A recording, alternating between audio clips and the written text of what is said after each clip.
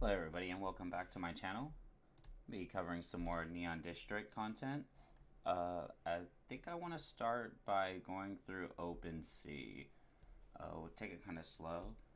We'll be poking into the game to sit there and ensure all my assets are taken care of. Watching, my delivery, and we'll be poking in every now and then to sit there and see if I can sneak an ambush on somebody. Sorry for the microphone issue last time. I actually had my microphone located in front of my speaker, so you were hearing the sound play through like a little surround sound system. And then also I had it recording what the sound the computer was producing, so it was like amplified. Hopefully this addresses and takes care of the issue, because I just turned off the sound completely. I mean, I still have it playing through my speakers, but it shouldn't be too loud. Alright, so to start it off, like I said, I want to go through OpenSea. Transferring assets, that's a lot of issue a lot of people have. In order to do it, you have to wait for your assets to have this little blue M over it to indicate that it's minted. As you'll see, if we look at my newest things, none of them have it, and that's unfortunately, I think, due to congestion. A lot of people are probably purchasing crates and characters, etc.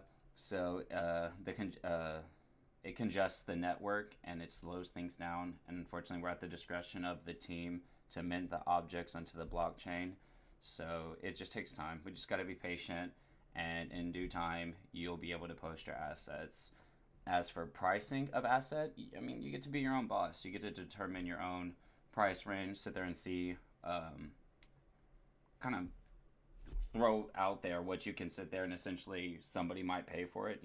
What's somebody might pay $5 for, somebody might pay $10 for. It just depends. Honestly, in my opinion, just because of how many assets exist, essentially, I just sell it all unless it's like rolled really well, like a god roll. I just sell everything for $2.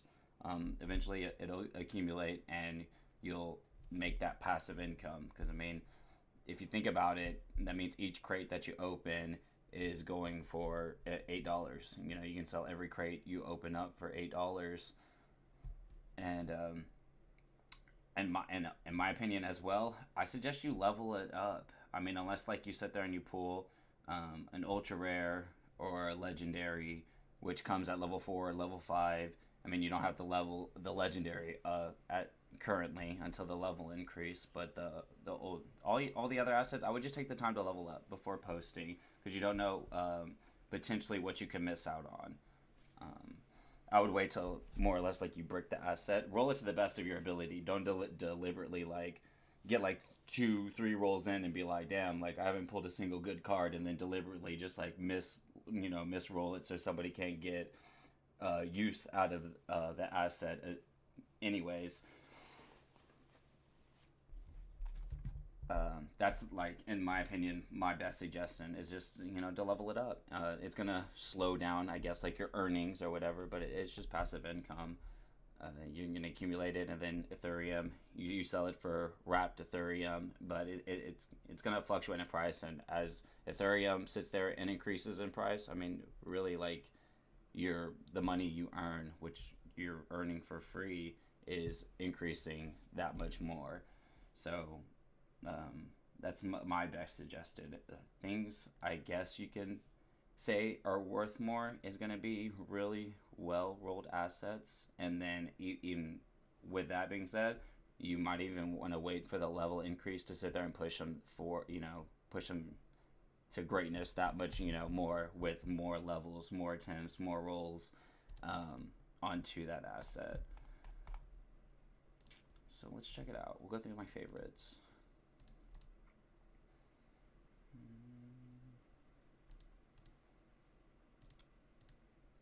Like this is a common. I'm not selling this one currently, just because of the fact that it has two Hells Unleashed on it. Hells Unleashed is an AoE attack, attacks everybody on the field, and it's currently in meta. It's not the best choice, but it's a choice nonetheless. Dealing 150 attack, hard exploit. It's kind of hard to pull off. You would really have to build towards wanting to get that exploit to roll in your favor, but really you're just doing it to primarily hit everybody on the field. It can potentially hit high, especially if you have things like proccing like in my sight, and depending on what it's on. My best opinion would be to put it on like a demon. Demon's gonna have high attack values anyways, and then after armor, you could essentially gear them to sit there and not rely on the exploit anyways. But I mean, 50 attack a battle as it stacks is gonna be good, and I determined this a really good roll because this is 2 out of 10. It's 1 out of 5. 20% chance of pulling this card essentially by itself, and then on top of the 10 of your other character. What is that, like 2 out of 20? 10% chance of pulling this card. One of like my really, really good ones is gonna be. Is it a saw disc? Yeah, this guy right here. I got 4. I got lucked out, and granted, it's just a rank 1. Ranks determine on the rarity how hard it is to potentially pull that while you're rolling the asset and while you're leveling it up, just passing through. But it's still pretty good. This is another AoE attack, and just like Hell Unleashed, if you build your asset appropriately, it's gonna hit like a truck from the get go. It's only plus 20 attack, but like I said, just get a high attack valued unit, put this on there, and you're slapping everybody. Whereas the other one was like a 10% draw rate. This is the 20%. The 20% chance you're gonna play this your turn, and that's the best way to think about it. Is just like stacking your deck into in your favor, where you're not wasting turns. I had a gentleman in my clan that I started. He was confused because he's running the same class of assets. Like, he's running a lot of drones on his team, but he was confused because he's losing matchups that I win, and I had to go through that with him and show him that it's because where he has this thing slotted, right? Launch tracking on a drone, that's a wasted turn.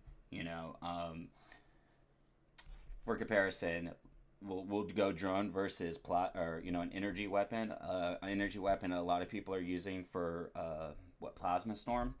Plasma Storm deals 300 base damage to all assets on the field, and if they win the exploit, which I want to sit there and say is a medium, maybe a hard. I've seen it go off a lot more than usual, so I want to sit there and say it's probably a medium exploit. It increases the damage to 500. It's piercing, so it mitigates past your defense, so it doesn't matter how much defense you have on your asset. Plasma Storm's damage is guaranteed unless you have shields procced.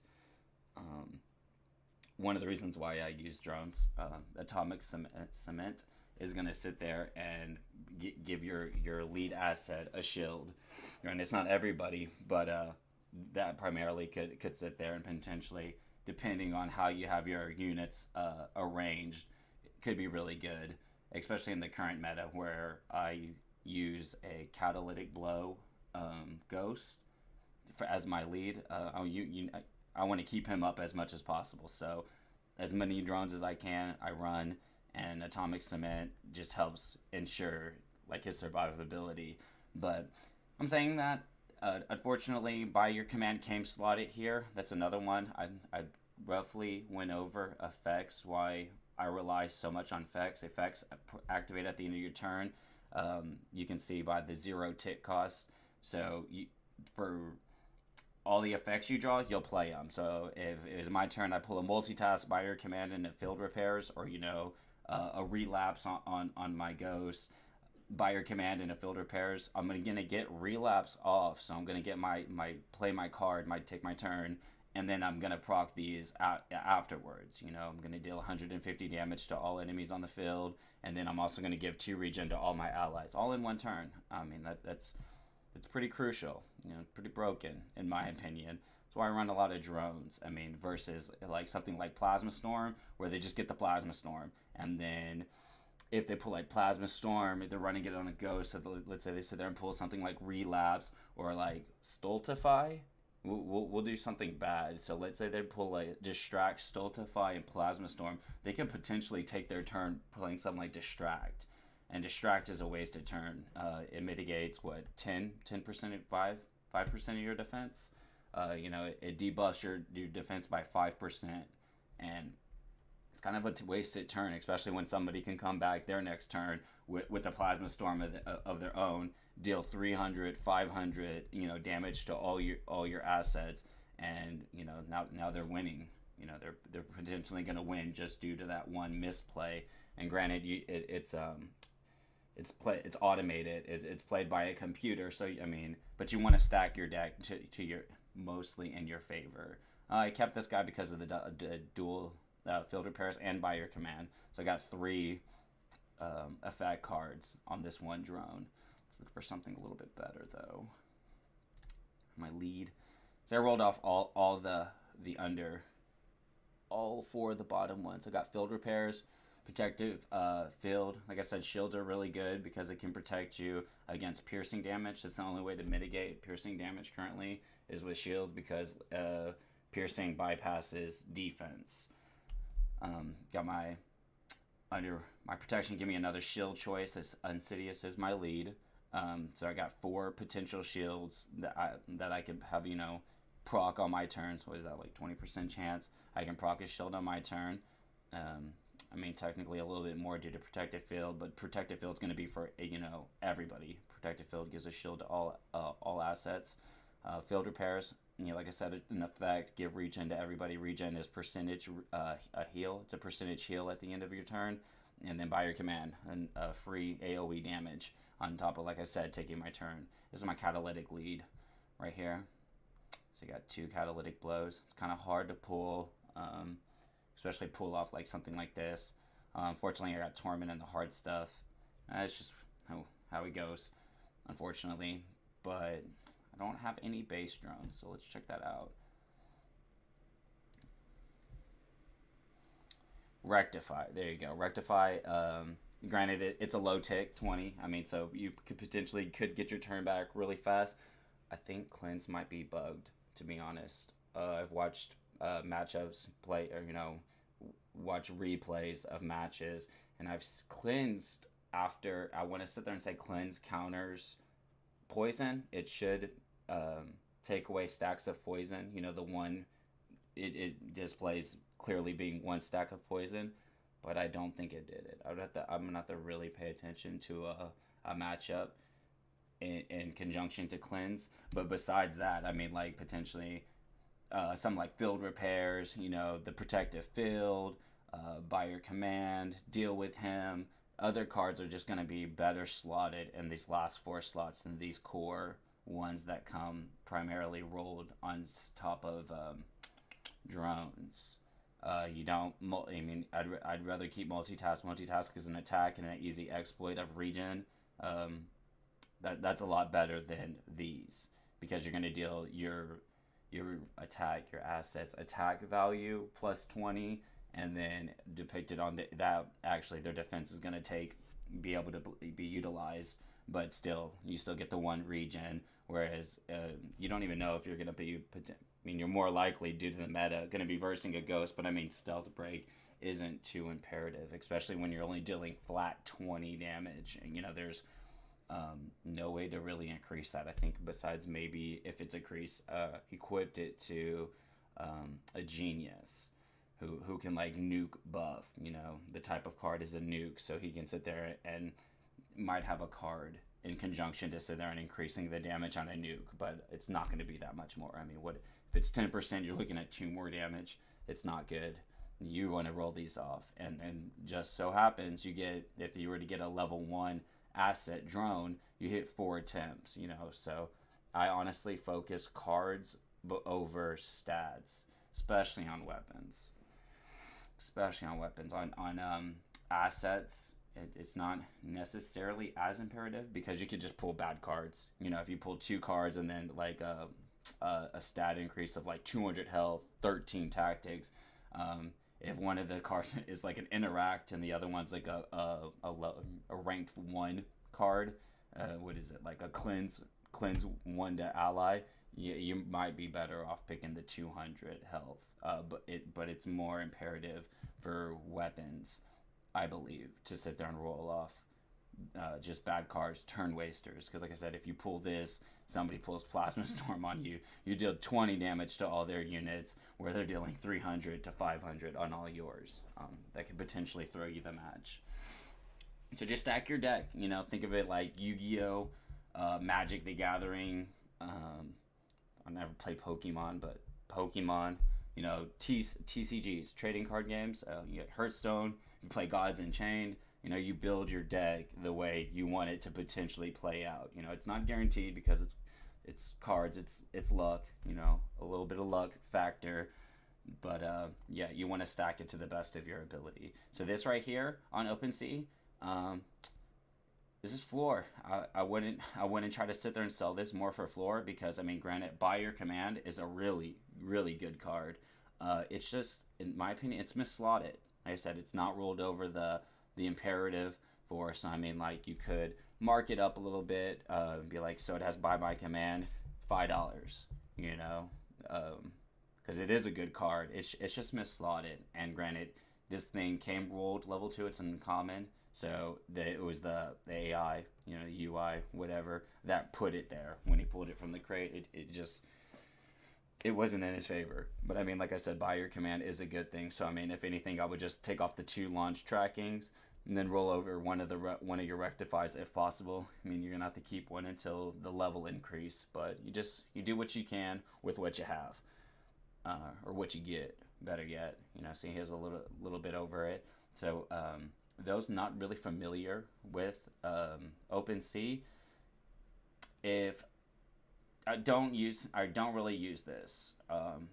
Always use this right here, view on Neon District, and then it'll give you a little pop up, and it's going to take you to the actual asset in game. Me, when I was first learning, I went based off of this. So I looked at this, saw that one of the assets, according to OpenSea, was like a level 2, and I was like, damn, like, it has those cards all on it. I was like, man, let's go, let's get it. Bought it, and it was level 5. So I didn't even get to level it, you know, level it, roll it according to the way I had it, and then had like stuff like an interact on it. I mean, I still have that that asset right here. This one. I mean, granted, continuous repairs is decent. That's a waste of a turn. Protective field is misslotted. I mean, so it had potential. And I think I was looking for a protective field. I was trying to buy a protective field drone, and I just unfortunately ended up with, as you can see, it was a rare, so it should have been level 3, but it was, and then it has, maybe, does it have stats somewhere?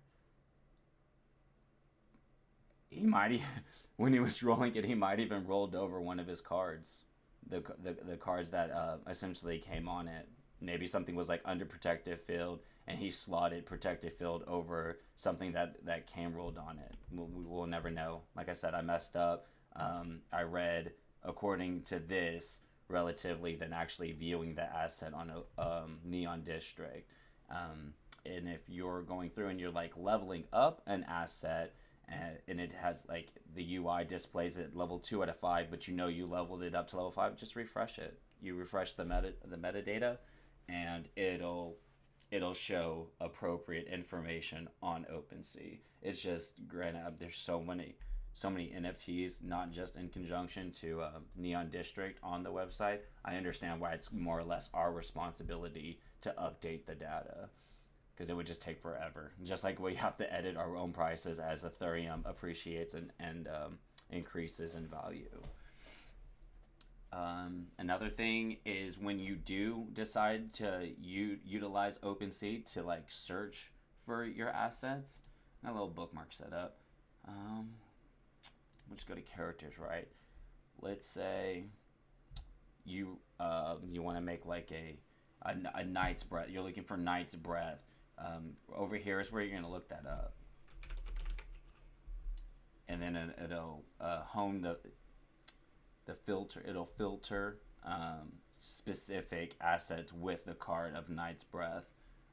That's gonna help you, like, I guess, save time, or so you're not going through, like, let's say you looking for a character, so you don't have to sit there and go through all these characters looking, you know, specifically through all the ghosts. I want to sit there and say there's another way. you can do it. But the best filter is going to be for a card, you know, because it's a card game. And if you're building a specific or particular deck, you want to utilize the card search.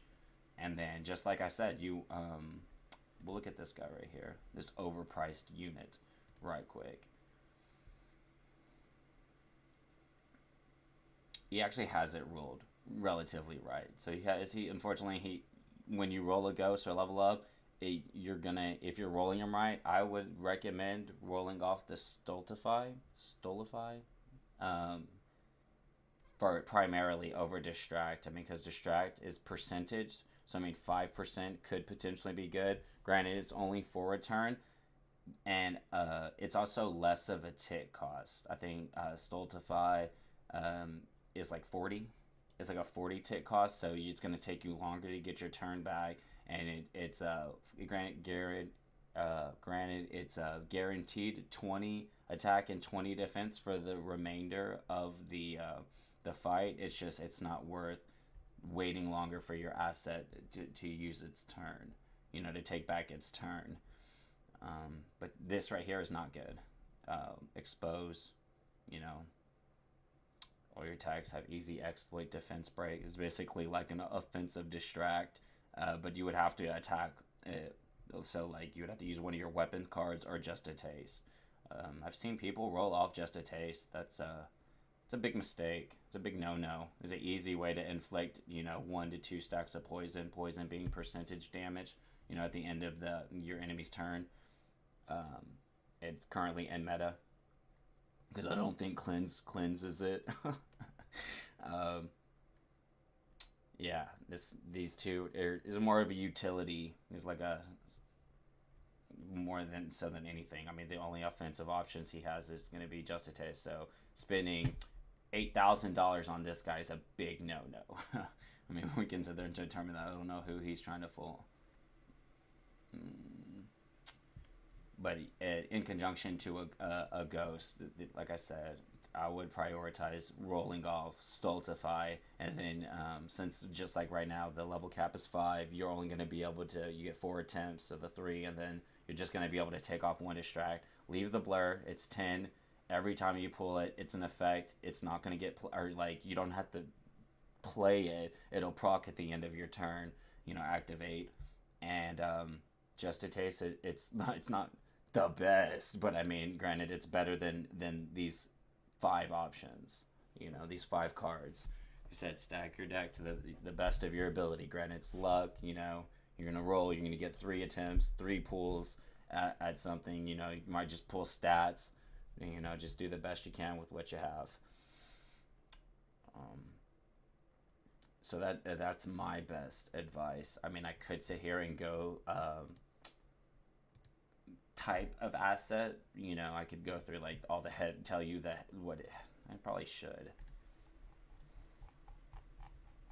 So there's that website that I recommended last time, Neon District Fandom. .com wiki, the cards. It tells you everything. I was actually looking through heavies.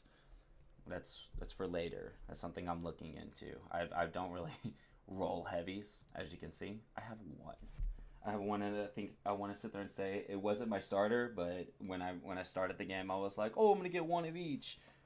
They just don't have the best placement in terms of the meta, or currently what's strong and what's not.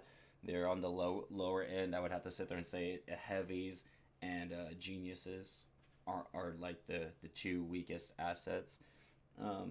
Almost a good tie with demons. It's just the fact that demons could roll high attack. Like I had a base attack, like almost 198 demon that I sold. That's pretty good. It's pretty good, especially when you take into account like exploits and buffs and stacks and things like that, especially like on an assault rifle.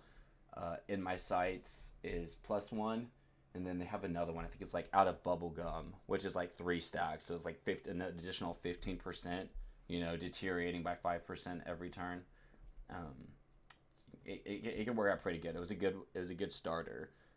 Heavies on the other hand, this guy, he has all of his core cards. Self-care, 125. It's really not going to protect you against much. It won't even protect you against a full by your command. A drone the free damage. It's not even gonna heal back entirely what you just lost that turn, and that takes your turn. That's an ability. You don't get an attack. You just literally heal yourself. So that's not really good.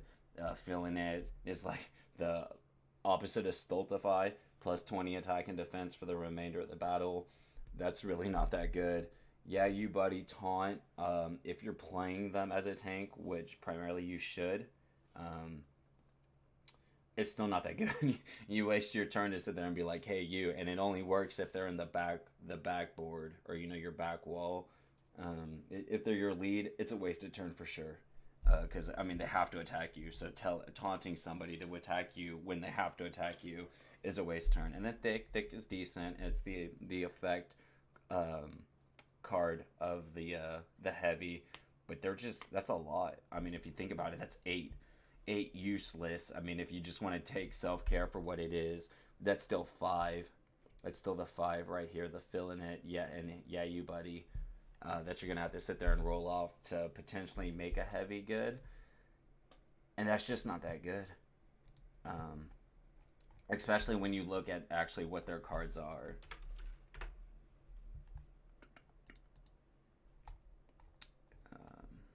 Going through this, and this might not be updated appropriately. I want to sit there and say I have seen some errors, but I mean, you'll get the general gist of what you can roll on it. So I'm like, itch slap, deal 25 piercing damage to all enemies. That's basically like launch tracking with a taunt afterwards. But like I said, if that's your lead, if you're running some beefy heavy as your lead, a taunt is essentially a wasted turn. Gain defense boost, regen at the end of your turn. Regen, yes. Defense, really not that good because piercing is the meta currently. Catalytic blow being piercing, plasma being piercing, by your command being piercing. Really, defense just doesn't have a good footing in the current meta. Gain defense boost, another one. These are actual attempts at rolls. So the 0 ranks right here are going to be your core, self-care, filling it. Yeah, you buddy, and thick. And descending order, they just, stronger, 40 attack, 40 defense. That's going to cost you your turn. It's not that good. Granted, it's all allies, so you got a demon in the back. He could potentially just be boosting him up, the longer the fight goes. But if somebody's running like a topple deck, your heavy's not going to last long anyways. Seeing how the max life cap right now is about, I would sit there and say about 3,500, 4,000. I think I have seen somebody with 4,000 life. You're still going to die to topple pretty quickly. Fight on. I don't know how ignore hostile works. I don't know if that's in conjunction to hostile inserts in your deck, but that's still not going to be that good.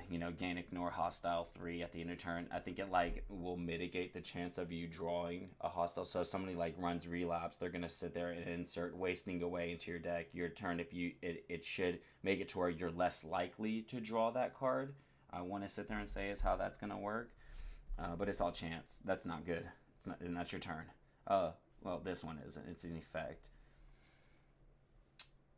Plus 275 attack, temporary. So that means you get to play this card once, and if you don't win this exploit, it's forever gone the rest of the match. So that means you're going to hit somebody like a truck one turn, and if you don't win the exploit roll, so if your tactics isn't high enough to win, basically an invisible die roll, you lose enough. You had enough for the turn, or for the rest of the remainder of the match. So that can be good.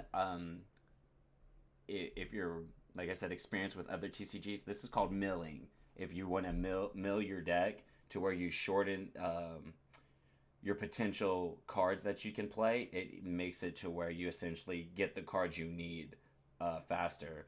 But with it running a matchup like Topple utilizes a lot of inserts. So if somebody's making your deck bigger, it's just going to make it harder for you to draw the appropriate cards that you need to sit there and potentially win the match. Heal yourself for 20% of your max life. That's good. That's pretty good. We'll take away the fact that you won't have to primarily rely on a doctor to keep this unit up. Target 75 attack, 75 defense. That's not good. That means he's gonna have, if you, whoever you're trying to beef up, buff, whoever you're trying to buff is gonna have to be your lead. When it specifically is one ally, when it's one target and it's an ally, it's your lead. It's gonna be the person slotted in your first slot who's gonna acquire this until actual PvP comes out, where you get to select the targets and play accordingly, or you can pick somebody behind you. If below 50 life, gain 100 defense, that's a waste. I mean, granted, it's an effect, but I mean, like, that's not good because, like I said, defense doesn't have a good placement in the current meta. This is the one. This is the one I want to play with. I want to play with this in conjunction to a topple build. Insert 2 Moment of Doubts into my enemy's pool. If they draw this, they don't get to play for the turn, right? And then if like I said, hard exploit, I'm not going to build a tactic heavy.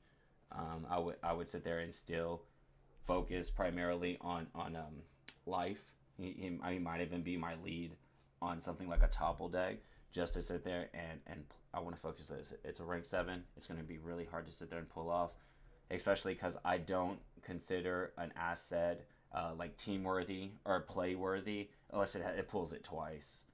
Like my catalytic, I have double relapse, I have double enfeeble, double revitalize, core cards that essentially make your team really good. And that's just because the chance of playing that is 10%. I got a 10% chance of playing that card per turn, per asset. Bring the Pain, 250 attack enemy. If you're below 50 health, piercing, situational. Wouldn't rely on that. I mean, still, it's always going to be the plus 250 attack, but I mean, that's not the role of a heavy. They just, like I said, they have a lot of bad cards. Just getting started, the defense is the best offense, right along with Break Will. That's 3 cards. 3 cards out of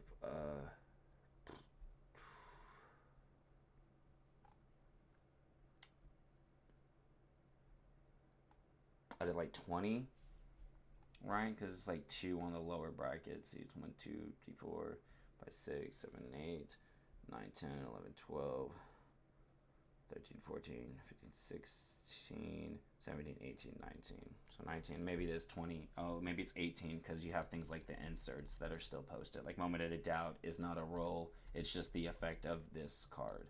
So yeah, so at 18, they have 3 potentials, all being ranked 7, 8, and 10. Yeah, 9 too, or no, yeah. So 7, 9, and 10. It's really hard. It's gonna be really hard to roll that. I'm not, like I said, they just don't have a good placement. In conjunction of rolling something like a ghost, where you common cards are gonna sit there and include stuff like relapse. Relapse is a level 6, which is lower than all of the best cards on a heavy. And it's really good. It's actually a really good card. Not the best, but it's for a ghost. Stuff like Catalytic Blow, Night's Breath, Breaker's decent. Relapse is I mean, like I said, it's good, but I'm still gonna say like it's decent. Even shit like Enfeeble. They have a lot of good easy to roll attack cards. You got Blindside with a proc after that. One Blindside, Dizzying Blow, Strip. The hard stuff is decent. Torment has potential. It's just not right now because of the autoplay. The autoplay won't ever play Stupefy. So it's used to not mill, but the opposite your opponent's deck. It's to stuff their deck to where they won't get the cards they need to win. And if they get a handful of Stupefy, they'll only auto attack. They'll use the 45 tick auto attack, which makes them slow. They barely do any damage, especially if you mitigate their stats with something like Relapse, where you're knocking off attack and defense every turn.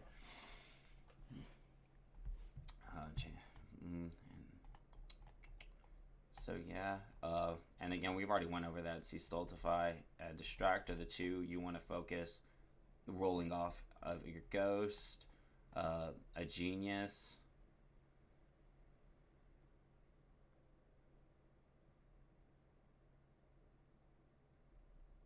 Iconic Pulse. I know that one. Deal 50 piercing damage to target enemy. If you win an exploit at 50, you can auto attack with something like this. A lot better.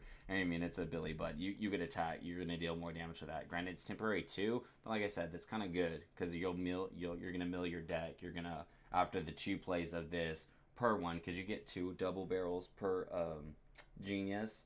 That's gonna mill your deck 2 cards. So your 20 stack for him will become 18, and it's just gonna make it more prone that you're gonna get the stuff that you need to win. Barrier's good. Iconic Pulse I would primarily roll off, and then you're gonna get 1 more. So I mean, if you want to be a little more offensive, you'll roll off a Barrier. They have a lot of utility cards, so if you want to sit there and be more supportive, and then you're gonna roll off a double barrel. It just depends. I mean, I don't recommend rolling off the free stats. And we'll go over theirs real quick. Atomic Cement, we know that from the drone. They share that. Full shielding. It's like protective field. Everybody gets a shield. This isn't that good. Deal 100 piercing damage for 55 ticks. It's really not that good. You could potentially deal 150, but that's the same as if you were to win the exploit. That's the same damage as by your command on a drone, and it's not going to take your turn and cost 55 ticks. See, this is what I was talking about. Your nukes will do 75 more piercing damage. So on launch tracking, you'll go from 20 to 95. It's still not that good. This potentially on like Plasma Storm. Plasma Storm is a nuke, I want to sit there and say.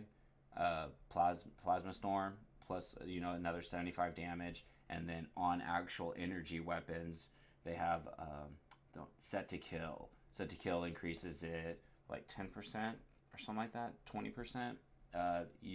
This is going to be a good character to potentially use Plasma Storm on. A lot of people use it on Ghosts, but that's just due to the meta. They want the poison damage, and then they want to slap off with Catalytic Blow, and then their Knight's Breath, etc., etc. It just, everybody runs Ghost, just because they're using what's essentially the strongest right now.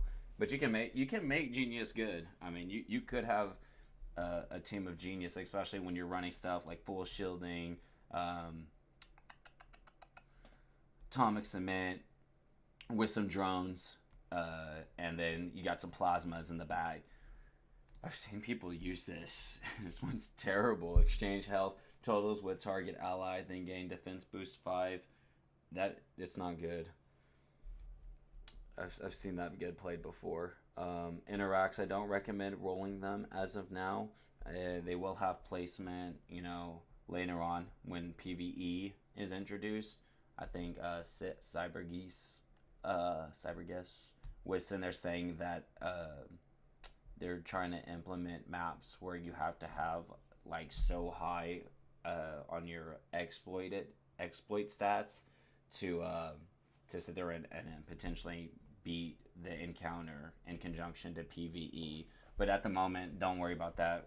We're just on the, Neon Pizza play mode, the random card deck draw battle, auto battle. So I don't waste your rolls pulling that. Just if you pull, this is like to be your one card that you pull and the other 2 are stats, I'm sorry, just pick the stats over Interact. Impenetrable, that's not good. Press the button. We'll replace like adds this. I don't know if it's going to roll over this card if it adds it into your deck. JT sat there and told me, because I was a little confused as to what replace does, but this basically just adds this effect.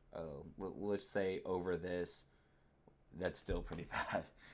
Making this an effect card where basically you would just take that away, and every time you draw, press the button from now on, it's just going to be plus 25 mech for the battle. That's not that good unless you were going for like something exploit heavy where you're trying to roll off your hard exploits. That's really not that good. Deal piercing damage equal to your mech. Oh, see, something like that. If you were to go like press the button and Armageddon, really that kind of makes sense. You know, the button on the president's desk equals Armageddon. You know, if he presses the button, it's Armageddon because it's a hard exploit. And then deal piercing damage equal to your mech. If you're constantly building 25 mech, the battle, the longer it goes on, the harder this is going to hit. Especially if you win this exploit, this potentially makes 1 Armageddon 3. You know, you draw it again. If you win the exploit again, then you got 5. You know, 7, and you're just gonna keep playing this with press the button, stacking 25 mech, and then your base mech on top of your equipped items. This could sit there and hit hard. It's just you would have to have a stall deck, something very stall oriented to sit there and pull something like that off. And then besides that, how are you going to draw a 9 and a 10 on the same asset? Good luck. Go nuclear is a good one. It's a nuke, deals 250 damage to the piercing, so this is guaranteed damage for only 45 ticks. Easy exploit. You're going to focus nukes, so if you have something like a go nuclear, wormhole, you know, volatile wormhole, this is a temporary. This is good because it can mill your deck. 350 piercing damage. If you win this exploit, it'll add a temporary to it, so where you don't lose it. You know, this card will remain in your deck. These are good choices, especially for an offensive genius. You know, we can make the genius great. It's just that it's potentially kind of hard. Knowledge's power is okay, especially if you go nuke oriented, with some like a plasma storm energy weapon equipped. There's also some other good nukes on. I think Kaboom is a decent nuke on energy weapons. And then of course the press the button equals Armageddon. That's the only thing. And then a utility. You know, if you need a lot of shields going on, you don't want to necessarily rely on a lot of drones. You can always just put a genius on your team, and you got full shielding and atomic cement on him itself, plus your barrier. Doctors. I've been focusing rolling a lot of doctors here lately, but that's because they have a lot of different builds. Doctors are pretty versatile. You can go like an aggro doctor, a cleanse, you know, a purifier if it works. You want to mitigate poison on your team. They have a lot of cleanse potential, health increase. I'm gonna go over a build that I'm working on right now. I did drop kind of like an Easter egg in the Discord on this. I showed a unit with 18,000 life. like I said, we're gonna recall what I said earlier. The highest health value right now with a lot of HP focused equips or, you know, armor is about 4,000. 4,000 is like the highest I've seen, and you're sacrificing a lot to do that. You're not going to have the best attack or exploit potential. Focus fixating on health. I mean, it's going to keep if you put that on like your lead, your heavy, or whatever you have, whatever asset you have it on your lead, you're going to sacrifice a lot for 4,000 life. But I'll walk over a build that I'm trying to sit there and do. But you can have an offensive oriented doctor, insert oriented, you know, for something like a topple build, healing clearly, cleanse, you know, like have like a very support oriented doctor. They just have a lot of utility. A lot of their cards just have a lot of potential. Amigatos, that I sold 2 of those. There's not a lot of those actually on OpenSea, believe it or not, and 2 of which I sold. I sold that asset. A lot of people talking about how much is an asset worth. I sold it for $20 a piece, and that doesn't sound like ooh like amazing, but like I said, the market's flooded for one, and then for two, if I recommend selling everything at like floor price unless like you do pull something good. Oh, see, there's 5. There's 5 in existence that are, and these 2 are mine. These are the 2 I sold, and there's only 2 that I've sold. So I got to determine the price of those, and essentially like I have the market bought out, so I got to determine the price of those being $20. But that's still good. That's really good. I mean, it was free. I mean, it took my time, but that was free. I sold 2, so that's $40. I have 1 waiting to be minted. I was trying to sell them for 25, but due to the depreciation of Ethereum, someone snuck in and bought them for 20. That's just because I haven't been fixated on my OpenSea shop. I was in conjunction to a giveaway, and I do have to re-announce a winner because unfortunately the individual who won the giveaway never got back to us. And it just could be because he's not playing the game. That's another thing. I've sold assets to people that don't even play the game, thinking, I guess, that it's like something that they hold on to for staking purposes, whatever other NFTs are essentially utilized for. I guess they sit there and think that this asset that they bought in conjunction to this game is for that, and that's their mistake. I could show you another one of those.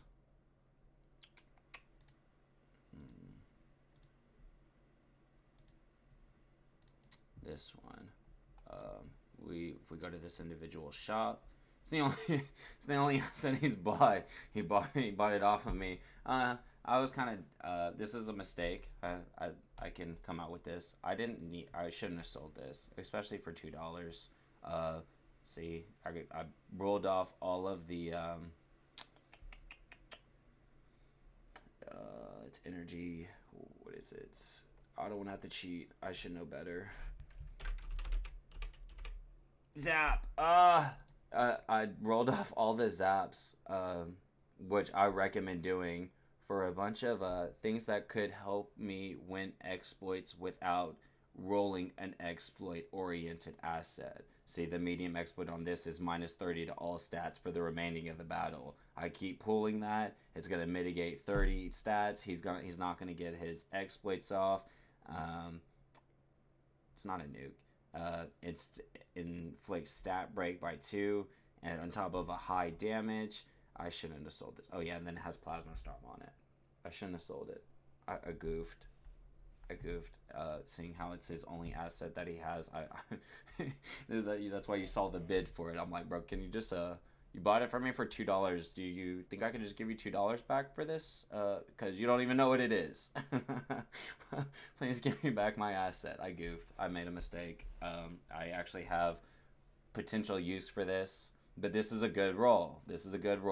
I could have made more. I shouldn't have sold it, but I sold it.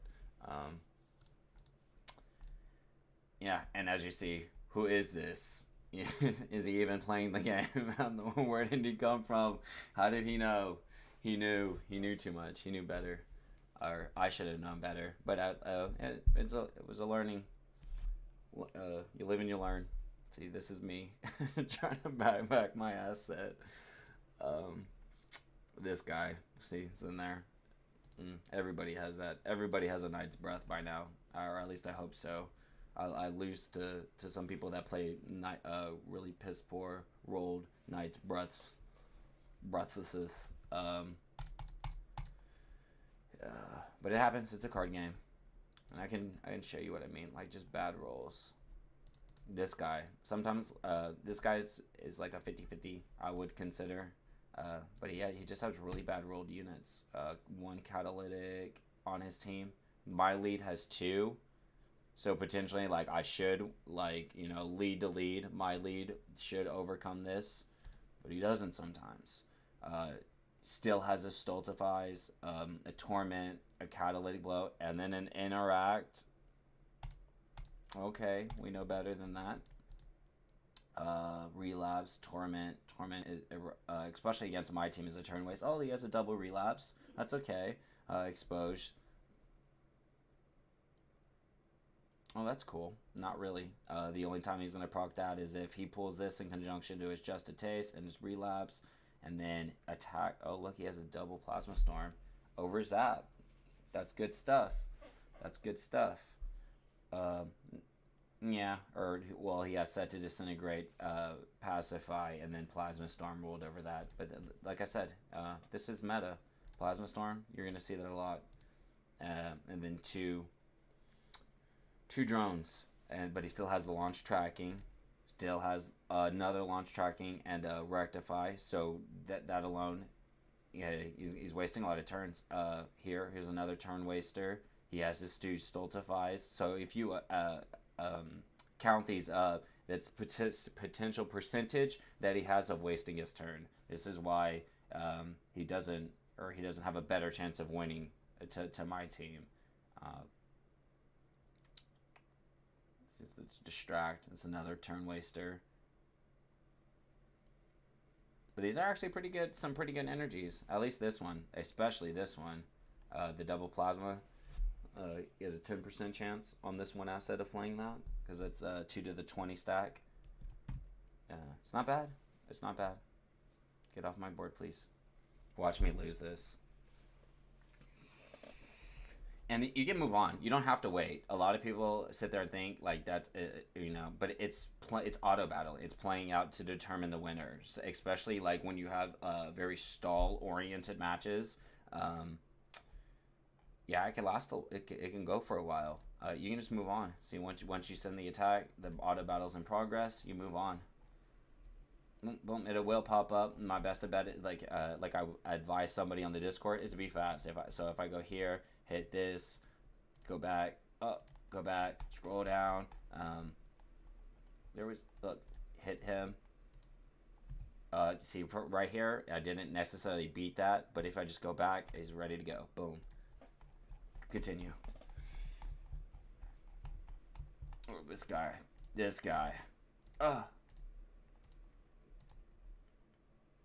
You got me. You gave me a little sum. Little sum goes a long way. It adds up. But yeah, that's my advice on using OpenSea. One, again, we'll just quick recap. Wait for it to be minted. You have to have your MetaMask set up before you're able to transfer. You want to make sure that you're on the Polygon network. You have to. It's not on MetaMask. You see, it has this question mark. If you don't have the address, you have to look it up. Yeah, see right here, I think that's the actual wallet. So you have to look up the contact overview. Is this it? No.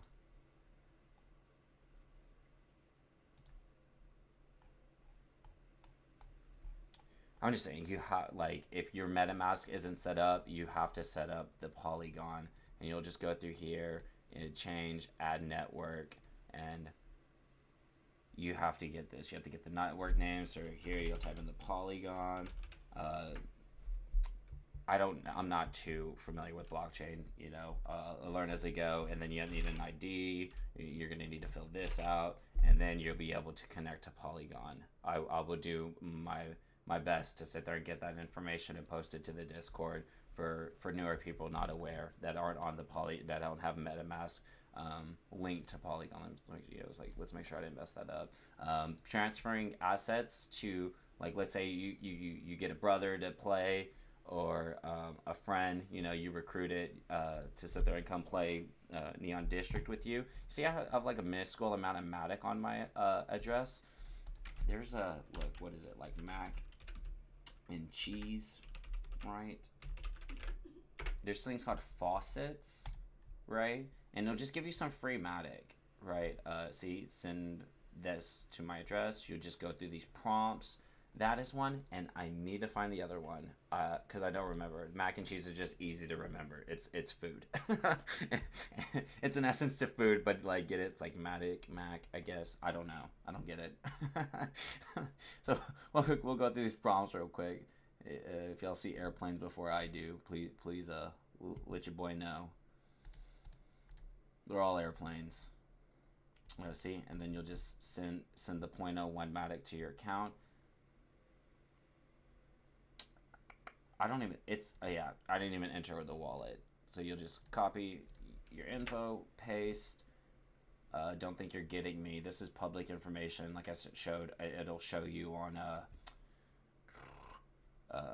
OpenSea wallet addresses. It's public information.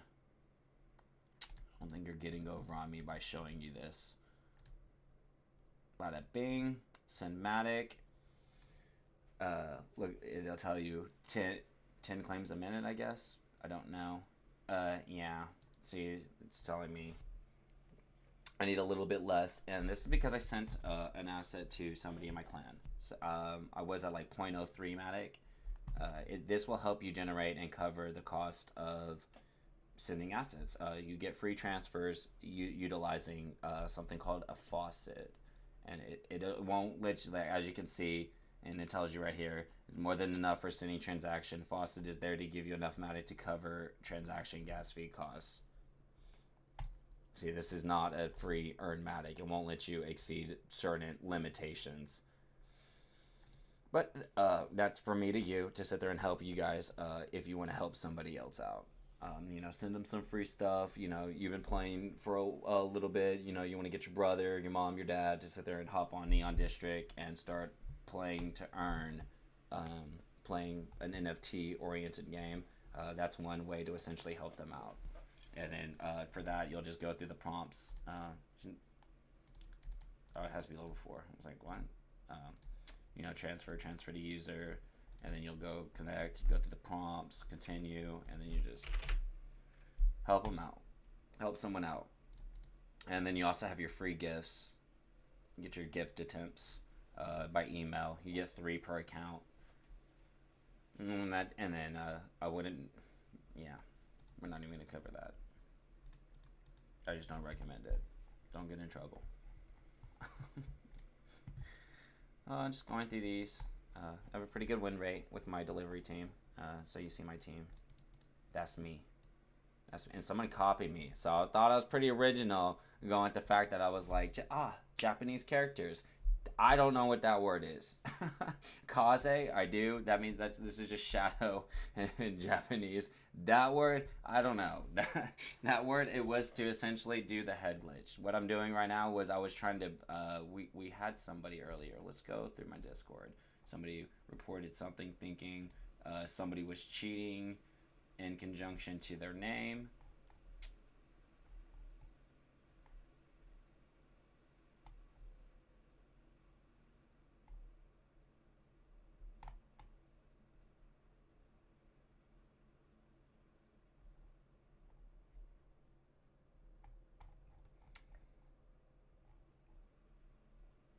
Contract.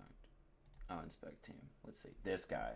See, I was trying to mimic something similar to this guy. I did that one time, and I bugged my edit button.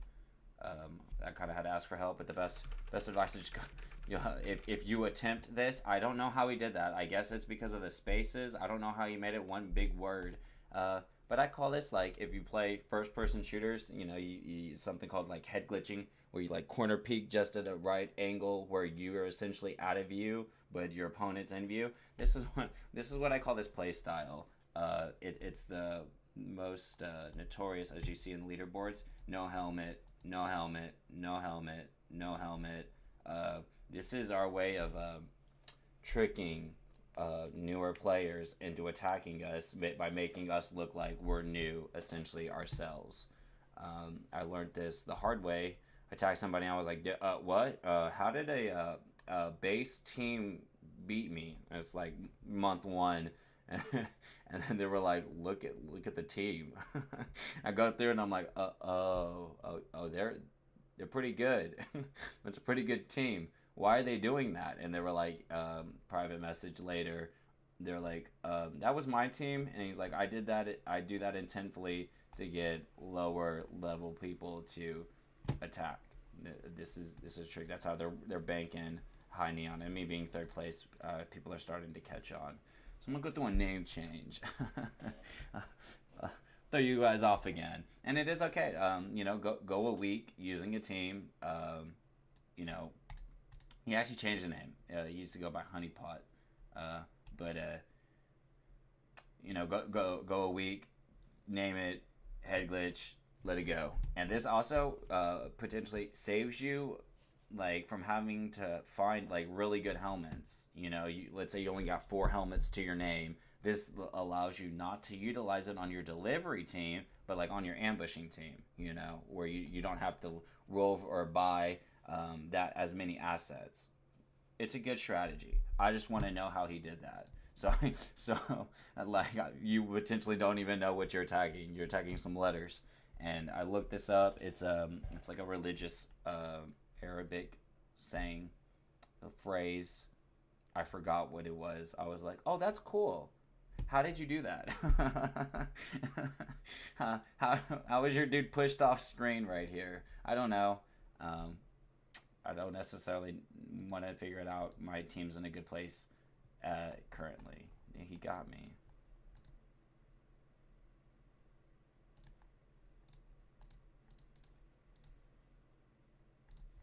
I'm gonna get it all back. That's another strategy you could potentially use, is like just throw out some assets into your delivery, and while you're active, again, if you want to go to bed and your team's not strong enough, do tier 1s. Go on a tier run, and when you wake up, set it back to tier 2.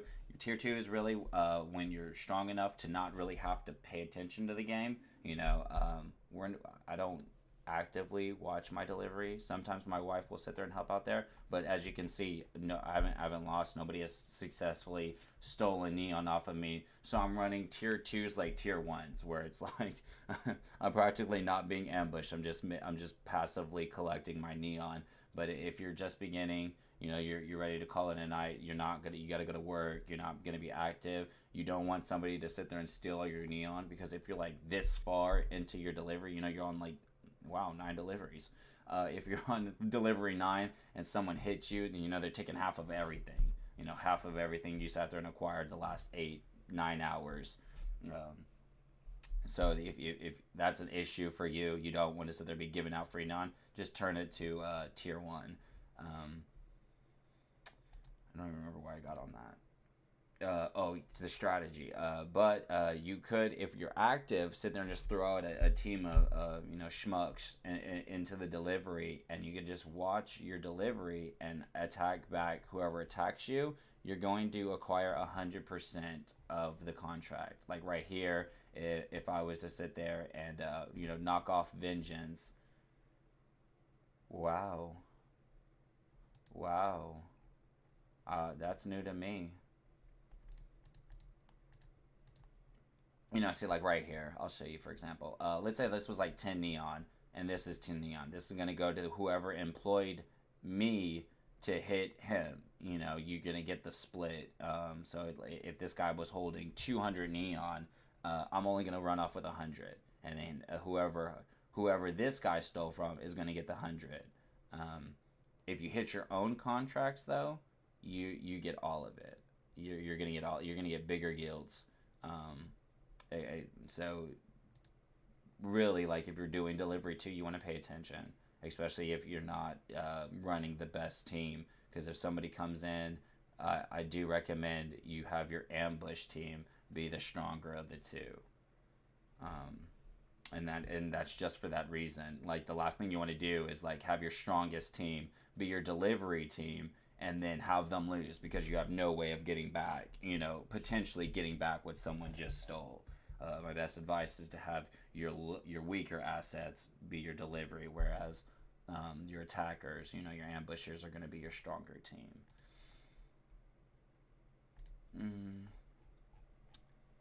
So this guy, I guess we can go through it. This guy. This is something. It's a little something I'm working on, and then it's because not everything is being utilized right now. Not everybody knows, or hasn't learned all the cards. They don't know how to appropriately roll assets. So not everything has potentially been like covered or played, and this is just something that I'm working on. Me and somebody that I essentially or eventually hope to talk with during a stream, a live stream, hopefully later this week.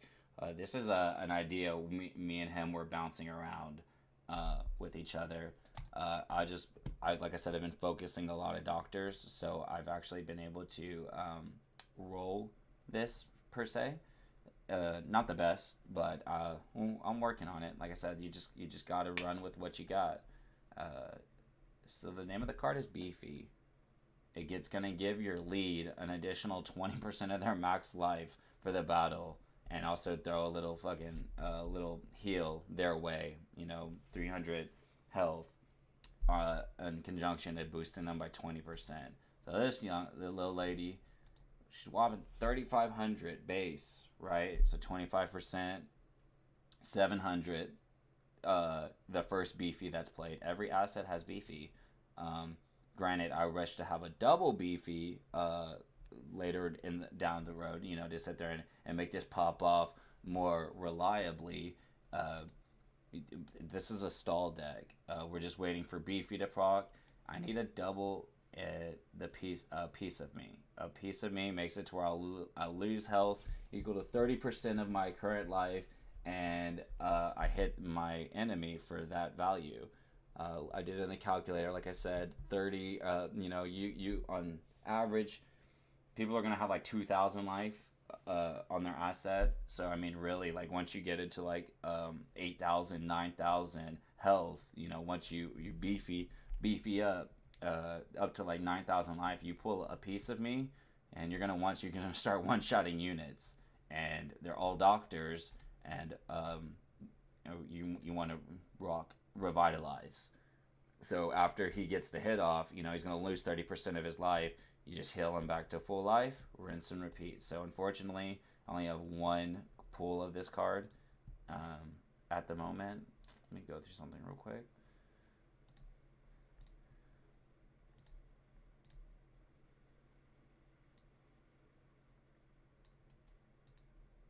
Let's create a team real quick.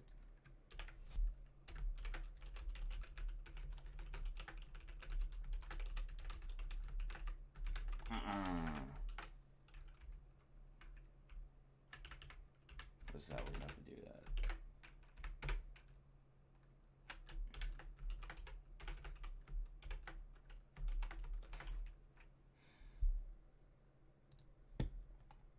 I'm gonna have to go through, but it's all good. I remember this stuff. Oh, they're bug. Yeah, I'm gonna have to do a reset. So just throw them slot 1, refresh the page, and they'll appear. This is my tool. No. What are you doing, buddy? What are you doing? You don't belong here.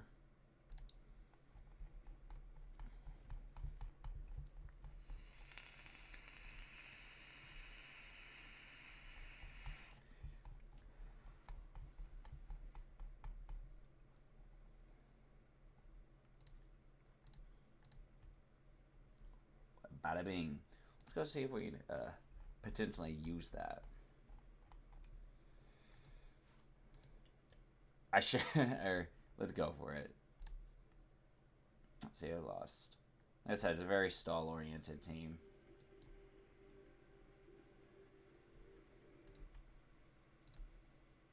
Let's not make that mistake again.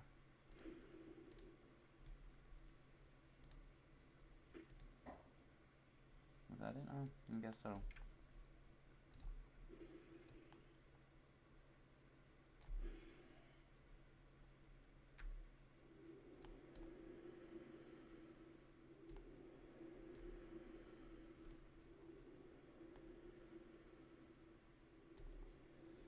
But we'll just watch it play out. Watch it play out while we do some other stuff. I always recommend, just because like latency, lag to the server. Okay. is just running 2 tabs, or even multiple. It's something my wife advised at first, and I was like, nah, it's gonna bog it down, it's gonna slow it down. But sometimes it actually does pay off. You got one in your delivery, so you just go through tabs. One in criminals, because as you can see, like this page is taking a long time to load, and if you had stuff sitting there in fence, the last thing you want to do is have somebody hit you before you're able to sit there and cash out. Bank your monies. Just a second.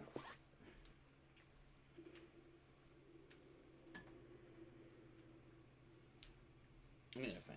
It's getting kind of hot.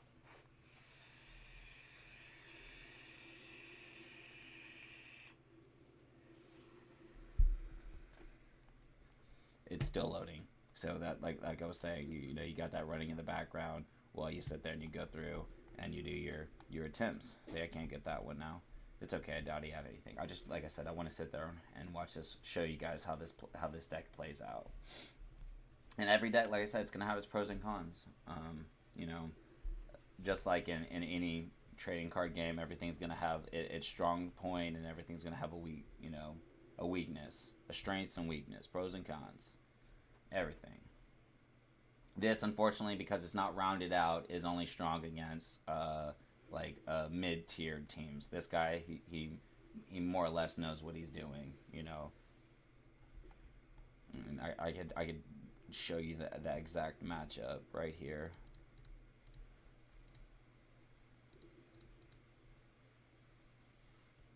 I got a thrusting. I went and I rolled over a buckler up. Really, you want to get off the penetrate and the double tap, the last 4. Unless, like, some thrustings are backwards, like you'll have 2 buckler ups and then you'll have 3 penetrates. I don't try to focus those. Really, I should know this a little bit better, but I try to focus thrusting weapons where you have the double penetrate and the double tap, because those are the 4 cards you want to roll off while leveling. I wouldn't have sacrificed a buckler up because that's a shield chance, a 15% chance relatively than the 10 that he has going on, and that's imperative. It's his lead.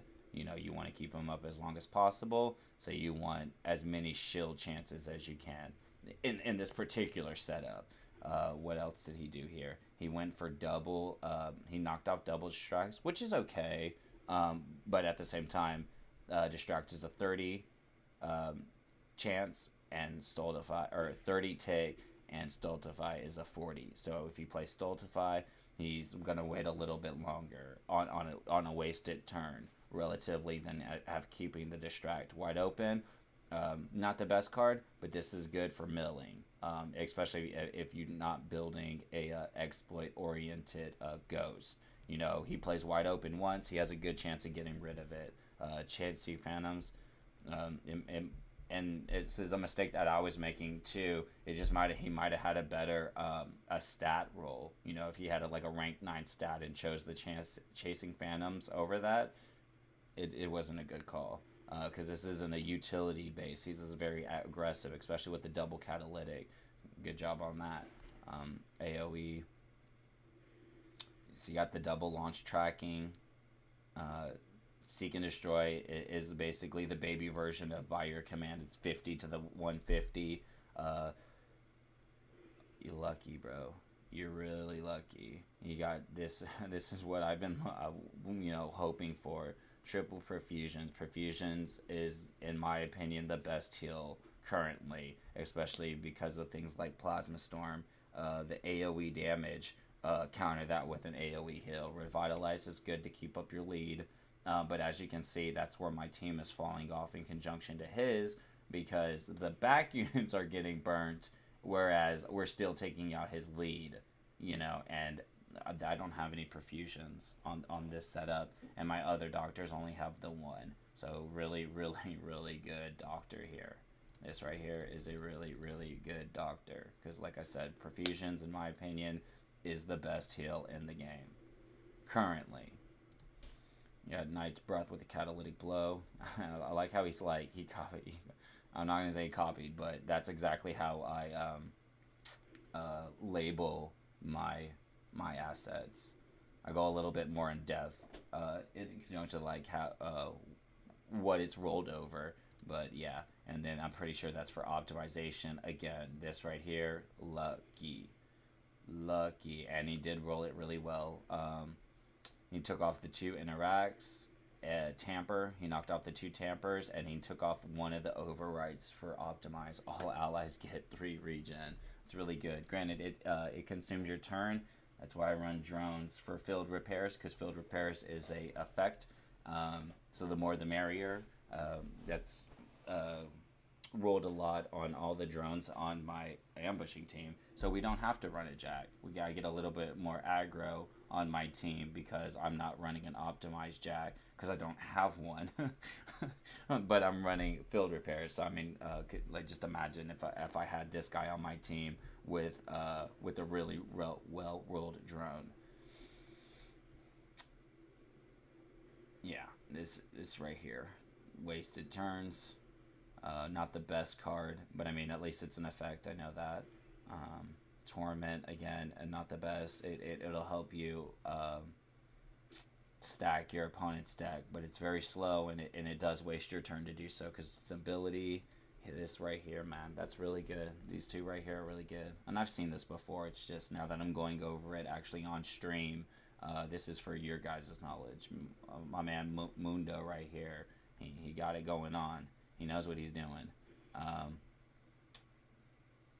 This guy right here is the weakest link on his team, to be honest. And I understand he's going for the catalytic Knight's Breath combination right here. But with the Torment and the double launch tracking, this is 15% chance right here that this guy's going to waste his turn. Down here, that's another one. This guy right here, it's 10%.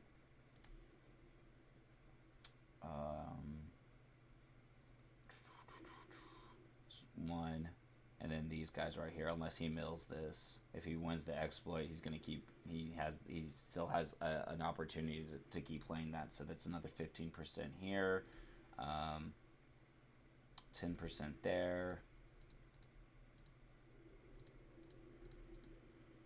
and then right here he got to the 10. There's nothing you can do about this. You have to keep this. That's why I said jacks are kind of hard to roll, especially seeing how they have the like the focus ones where it's like focus stealth, tactics, nano, override, or overclock. The overclock rolls, that's what, 5? 1, 2, 3, 4, yeah, 5 attempts on rolling a jack to sit there and pull an overclock. Ugh. And then see, he put Plasma Storm. I don't know if he put it. He might have drew it this way, but the zaps are what you want to get off. I mean, granted, those aren't turns wasted, but that's a flat 75 damage unless played with set to kill, which is another 20%. Or is it? I mean, I think so. I think that's how you would do that. Let's go to my calendar real quick. Stop.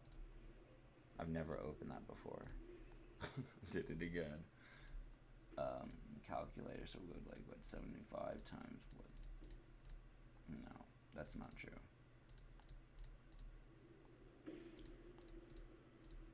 So 90. Yeah. Now an extra 15 damage if you play Zap with set to kill. That's where Plasma Storm does really good. Because let's say you get the 300 times the 1.2, right? So you're looking at 60 extra damage. If you win the exploit, I think it's 100.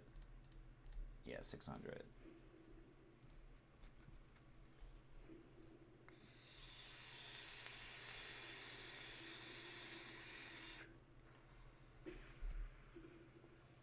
He won the exploit on everybody. My whole back bar is gonna just drop, leave my poor lead all alone. I figured that was a bad matchup, but at the same time, like I said, I wanted to show this off. So what is she at? She's only at 4,000. Look, I only pulled maybe one beefy this entire match. I only pulled and played one beefy.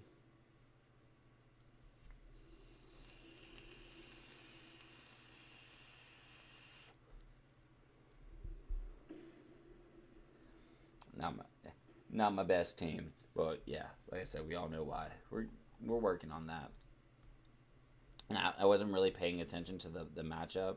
And I don't even know if I played a piece of me, but a piece of me at 4,000 life isn't really much.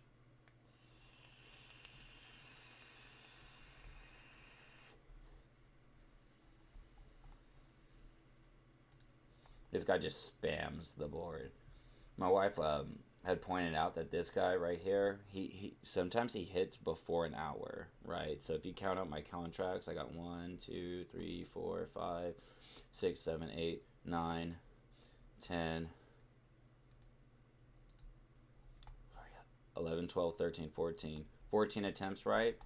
1, 2, 3, 4, 5, 6, 7, 8, 9, 10, 11, 12, 13, 14. Look, right. This is this has been faster than an hour. This right. So there's 14 attempts there, but look, the attempt's still going. So it's like, how is he attacking more than 14 times within an hour if I only have 14 contracts? Kind of fishy. It's kind of shady. And we got you on camera now. I would not be surprised. I want to know what they were thinking. They said, we're going to give it the good old go. Hey, man, you don't know till you try. This is what I was waiting for. And bada bing, I knew it. My friend's always here to help me out. That's what friends are for. Frenemies.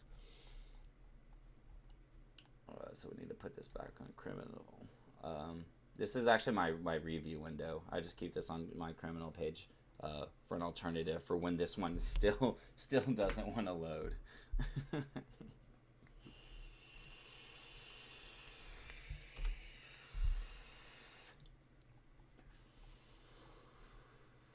And if anything really is like acting finicky, things aren't showing up, etc., just always hard refresh the page.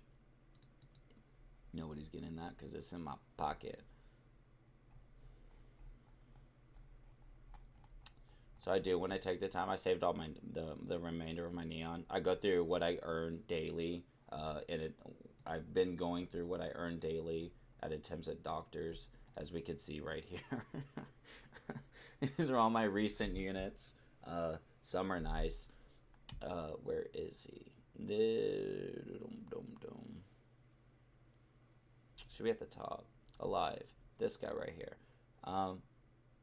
It's like this possibly is not the best, because as you can see, these right here are only tier 1s. They're rank 1s.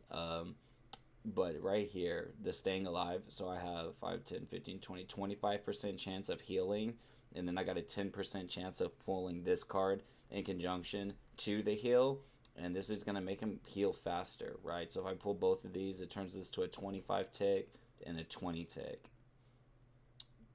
So he's gonna heal fast. I kind of want to test this out. I just don't really know a matchup or a setup, a deck, build to play this on. But this guy got me curious. I was like, damn, that wasn't what I was rolling for, but I'll take it. And like I said, you gotta roll with what you got. Always have, like, when you start an asset, like, have a goal in mind. But if it throws it off, you got to be adaptive, to adjust to what you're actually pulling. I have locked up one of these units somewhere, has all of his base cards on there, but that's just because that's what it got. I think it's yep. See, I have nothing rolled over undo, and then I have nothing rolled over sepsis. But out of that, like, it got 1,235 base health. The base health and is almost double. Because that's just what I got. I'm pretty sure I got some interacts or something that I didn't essentially want to use. So I went with what the best I got, and what the best I was getting on that asset was health. So I got a healthy doctor. It's not going to be the best in terms of utilizing it, but this guy right here could potentially break that 4K wall that I set up, especially when you're running things like it's this guy. Bam! Another 1,000 life. You got 22 between the two units. You know, the 20 cards aren't going to be the best, but that doctor could potentially be a really good lead. Just because I rolled it to the best of my ability, you know, the best of what I got. So let's go through some characters. We'll go through the ambush. Go through this page again real quick. Nobody new. Nobody stepping up to the plate.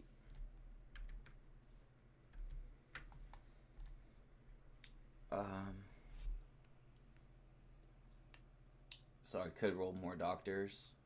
I did want some more ghosts, but I kind of want to experiment, right? Like I said, heavies aren't really the best. So I'm going to go through about 10,000 neon, rolling, what is it, like eight heavies, right? So we'll do that. We'll go one by one. I want to test something. Normally I go for 2 at a time, and then I just buy the 30 juice. It takes 14 juice to level up to max, right? So I'll just take the 15. This guarantees I'm gonna get them up there.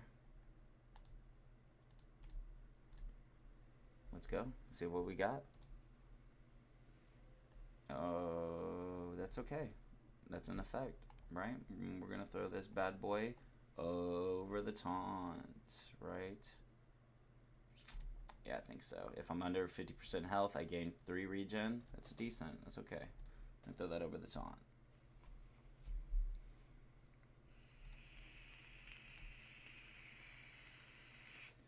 I pulled it.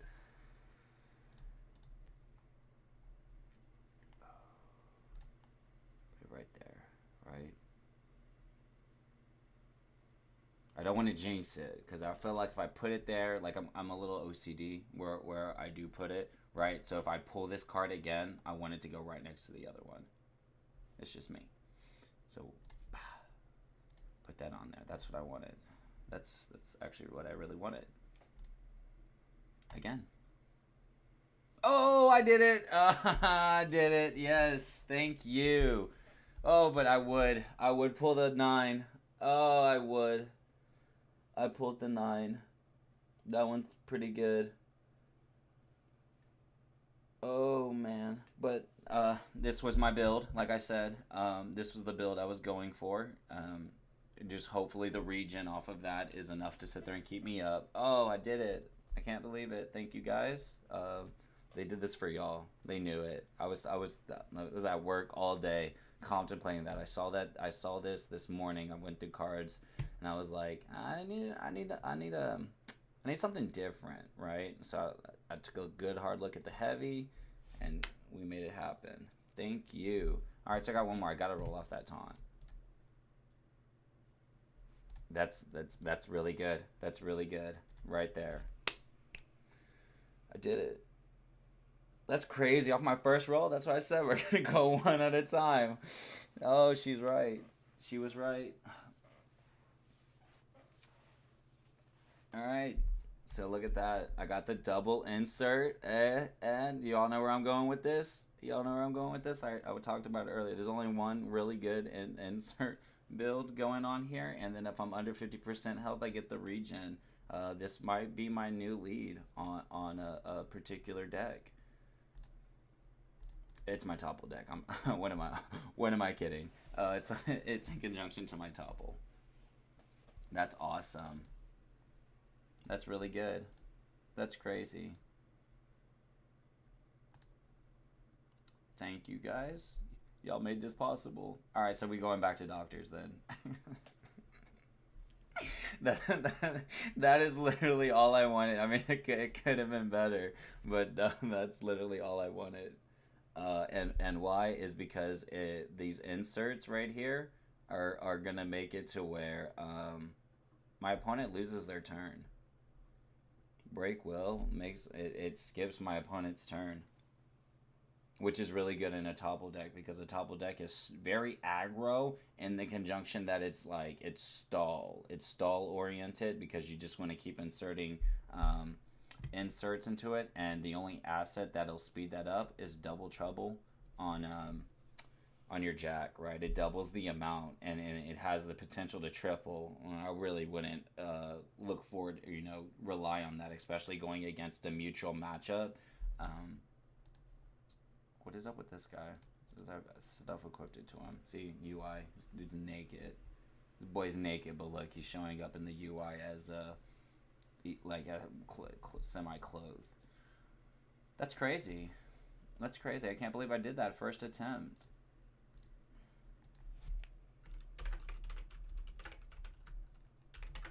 See, my 2 stars, like I said, that's just what I do. See, and I rolled 2 over the 3 on, I don't want to look. I actually don't know the name of that card. And then I rolled over the 2 taunts. So I have 2 out of 2. Oh, feeling it.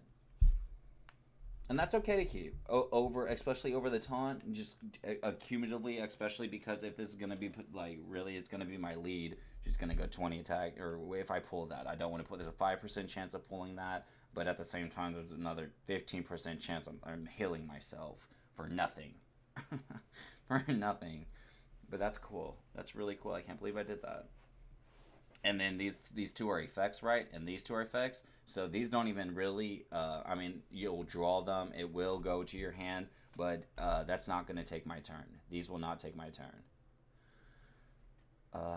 So yeah, that's really cool.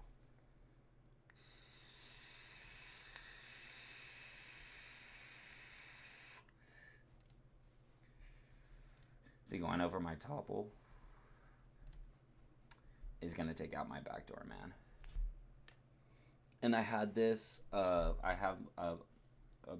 granted this isn't insert oriented, but I have backdoor men in conjunction to deal with him to win the exploits. Every time I draw backdoor man, I have leaked this in the Discord before, where I had this unit to like 800. So some ridiculous amount of hacking, right? So he was winning any exploit coming his way, but really is just for deal with him. And I bought this off of OpenSea, and it came with that deal with him over an atomic cement. I didn't get to pick that because that definitely would have been down here, especially as y'all saw me roll that. Like very particular about where I roll my cards. Got a restoration, and then a field repairs. Like I said, field repairs is really good. And I got my topples. I got a double topples on my topples. See, topple. I bought this like that. I can't believe somebody was selling this for floor. This is the 10. This is the 10, the rank 10 card, and they were selling this with potential rolls on it, with double 10s on it. And the same applies for this one. Topple, and then a chin music. First pass, I rolled chin music is an insert. If I win I hit hard as hell. And then on top of that, if I win the exploit, I'm inserting 3 stuns. Which, it's like, per stun is a plus 5 ticks. So it just makes my opponent take their turns, they'll take their turn back slower. Here, it's granted this is a returning weapon. It doesn't have any topples on it, and anyways, you wouldn't want your lead to rock topple, just because of the fact if you pull topple first turn, it's a turn waste. Granted, the tick cost of topple is only 20, which is ridiculous. I've seen matches play out where I'll sit there and take a topple turn, and then like everybody's ticks are so high that the toppler will just go right again. Topple. And then like that's 20 ticks. He's going to get his turn back pretty fast. The more he plays topples, the more inserts, the higher the damage.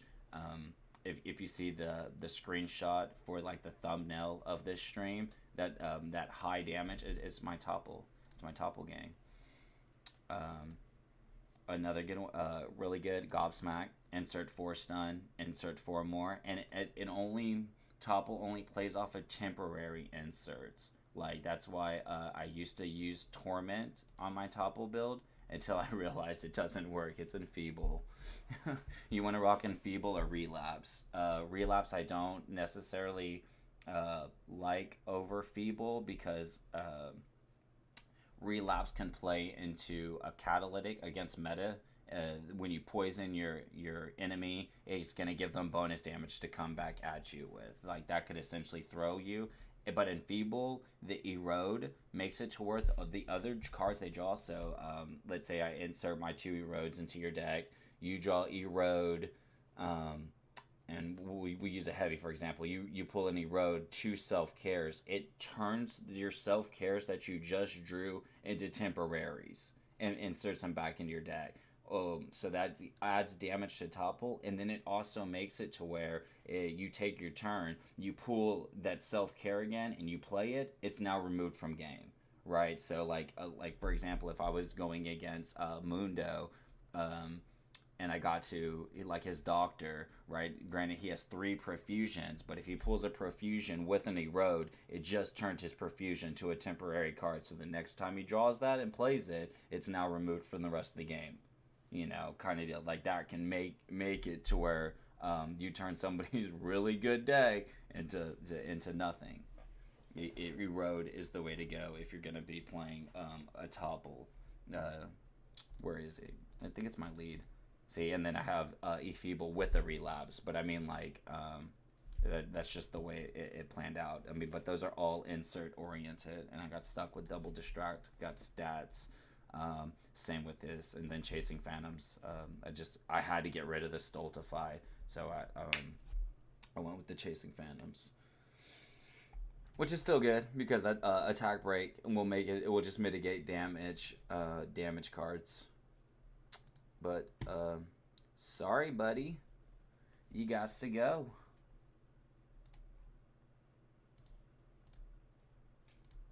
And this is good because this setup doesn't run doctors. Doctors can be used in a topple. They actually have 2 cards. Nanobot.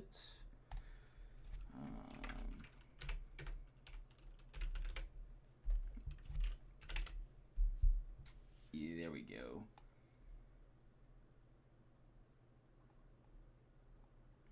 Leeches. See, leeches is gonna you have to lose 100 life. You insert 2 bleed outs. Bleed out makes it to where they take piercing damage equal to 10% of their life.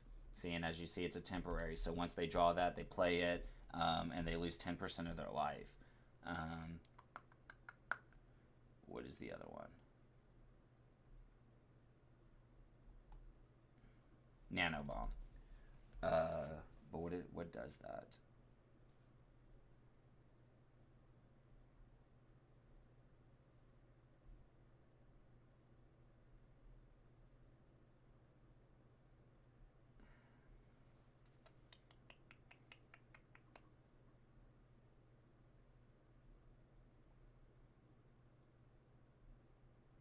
There we go. Nanobot insertion. Lose 200 life, insert 2 nanobombs. Hard exploit, insert 2 more.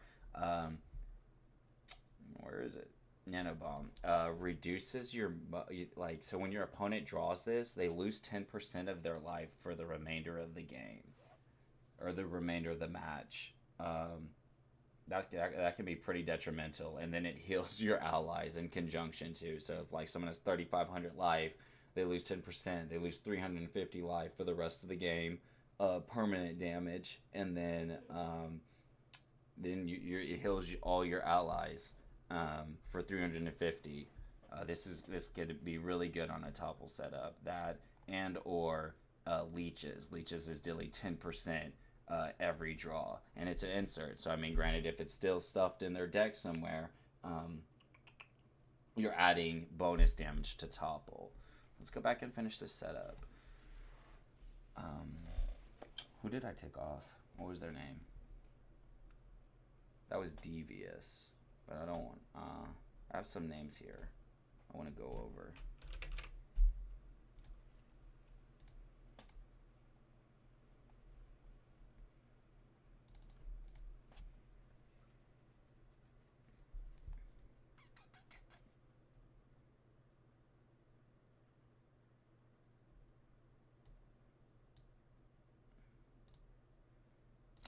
That'll be her name.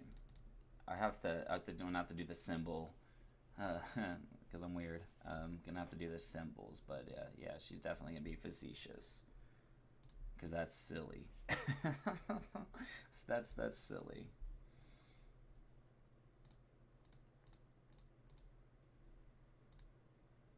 And there is.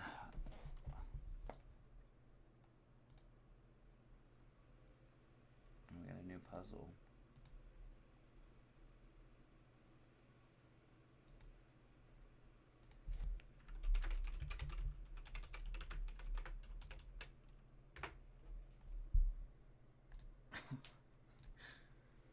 Oh man, that's silly. I think I already banked that. Pretty sure I did. Hit it with a hard refresh.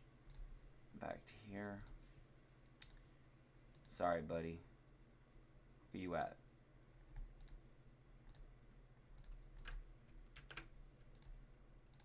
And this is a 50-50, this matchup we're about to watch.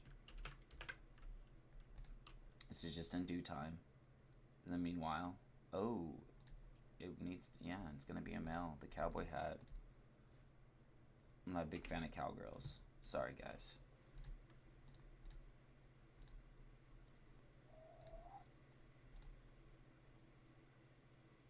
I didn't read that one. I want to sit there and say it's this one. So yeah, the best thing to do is like when you have a bunch of assets that are the same, because this won't tell you the cards equipped it. Just remember the numbers, like it's VIN or what, I don't know what you would call that. It's mint number. These are all favorite. I don't gotta worry about that. That should be 2.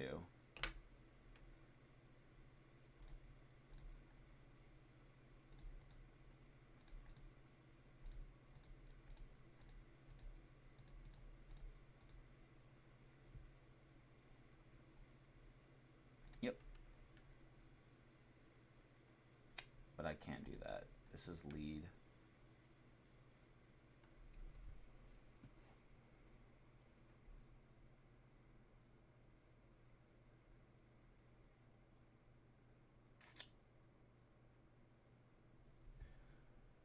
Oh yeah, I can't do that. Where is he? Sorry, buddy. I know you feel really good with that, but 203. I need that. Hit it with the hard refresh.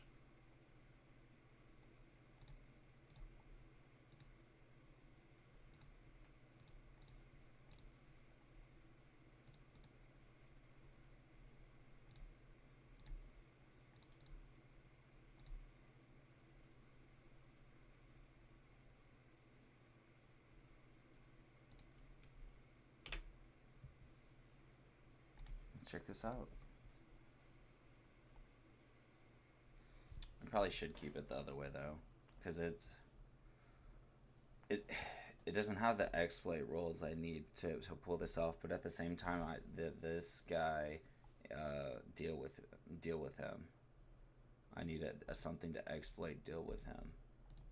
Gobsmack is at least guaranteed 4. Chin Music is guaranteed damage. I mean, this isn't necessarily. And then Fiery Discharge just inserts exploding spurs into everyone's pool for no cost. It's an effect.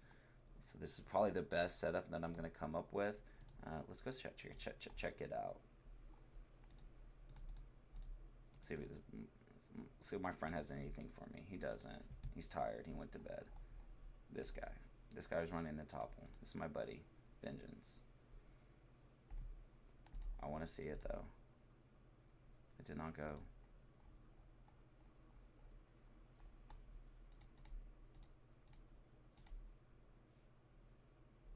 I knew it. Every time I know I win because it always stalls. It always stalls. It's like, yeah, you kind of won. And we'll replay that matchup. I do want to sit there and see how this plays out. It was just something I was theorizing, but you don't know till you do it. And that's who I sent a message to. I was like, for this stream, I don't want to attack him. But I know he's done. He's done for the day. He went night-night. I don't know if it's early or late for him, but it's somewhere.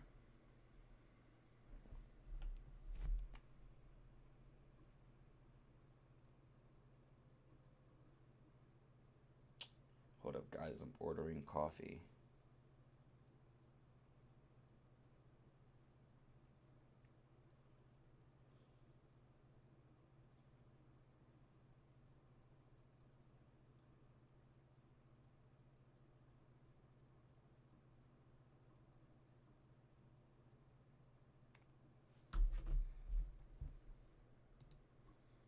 I did say I sold something. I'm not the full screen this.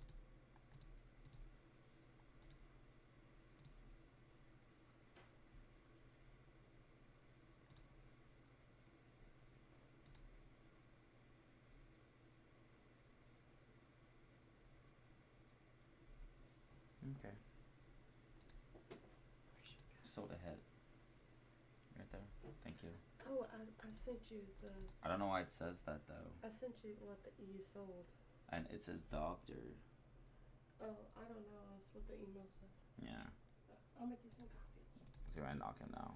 24 minutes. Oh yeah, and if you fail an attempt against somebody on the informant board, it's an hour cooldown. You. Brianna advertised you on her Twitter. Oh, thank you. Yeah. Almost missed this. You blending in with us. All right, let's watch this matchup.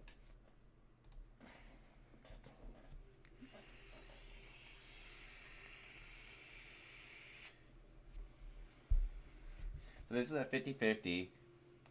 It's a split. I don't know whose favorite plays out into, because he has. We're essentially playing the same, but our setups are a little bit different.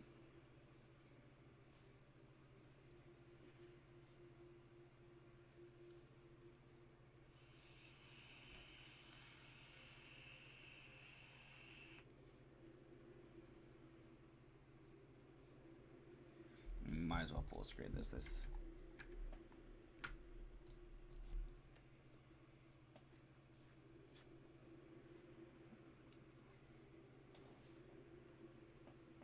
Regenerate isn't good against topplers. The longer the match plays out, the worse it is.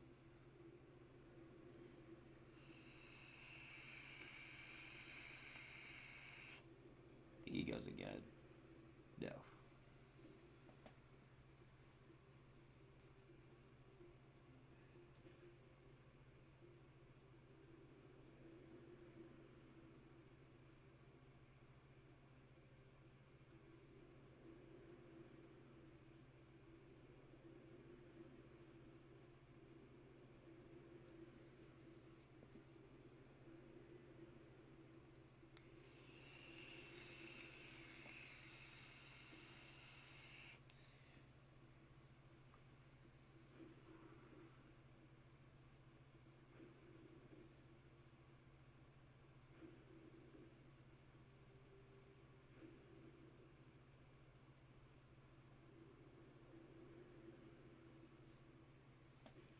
Oopsie.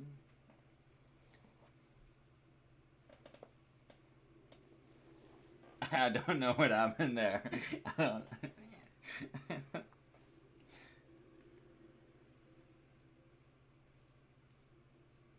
He's doing it. Oh no. No, no, no.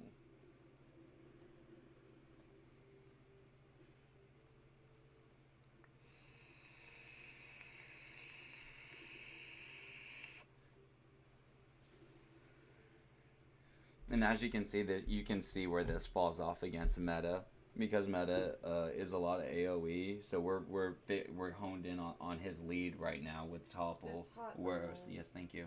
Whereas thank you. You're welcome. Me too.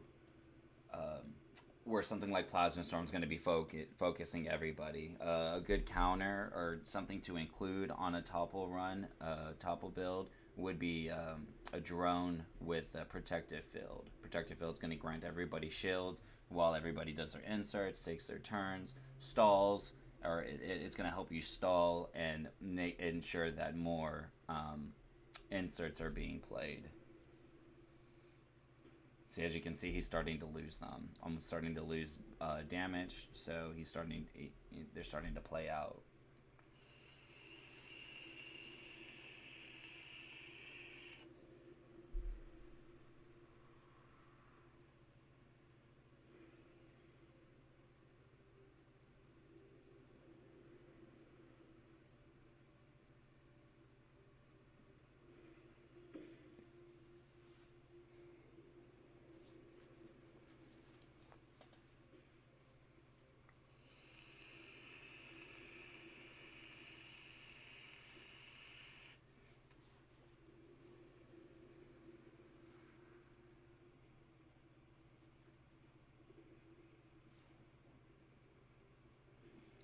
And always rewatching your matchups helps you learn your strengths and your weaknesses.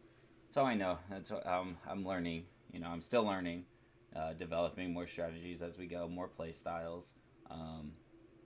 Really, and I do when I sit there and take the time to roll more, take more attempts rolling things. I might even sit there and get that doctor I need.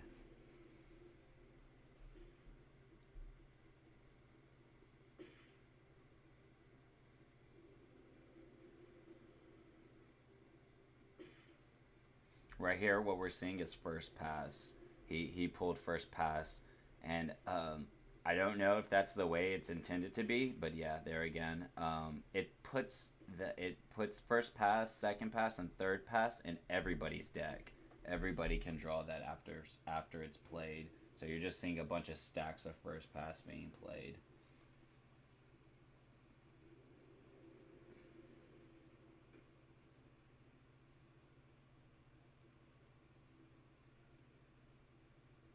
That right there, that turn, that's double trouble, if I'm not mistaken.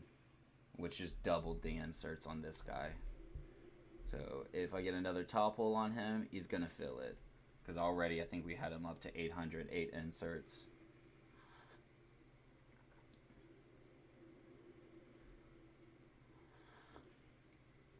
Poison just sprint, you know, to keep the damage.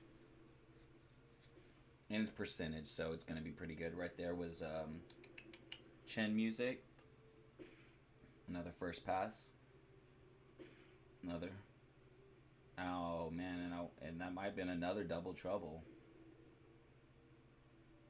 This man's in trouble, guys. We might see a heavy nuke coming out. Deal with him.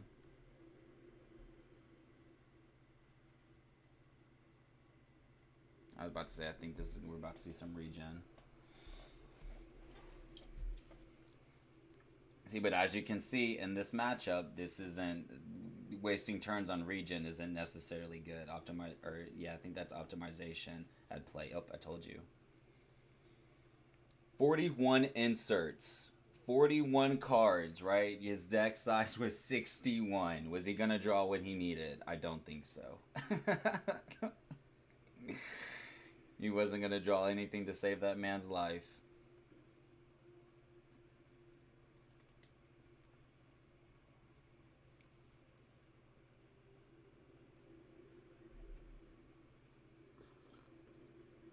I mean, we could go on a crate run. That is one thing I wanted to do, but we might have to sit there and save that for another stream. I am really fixated on units, characters, just due to the fact that, as you can see, it's more imperative to roll units relatively than risk, or not necessarily risk, but roll crates. I pull crates for OpenSea, to sell assets on OpenSea for that play to earn aspect of the game.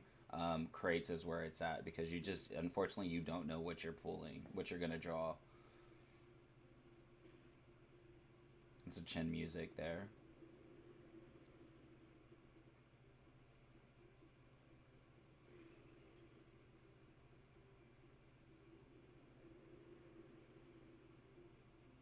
Ooh.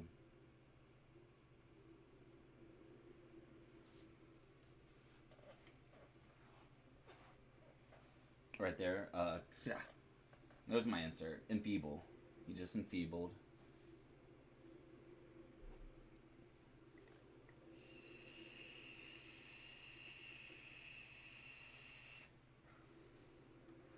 I don't know what that was, but that was weak.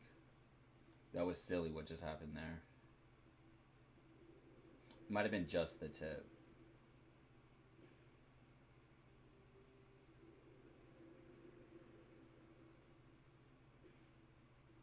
Poison. Topple.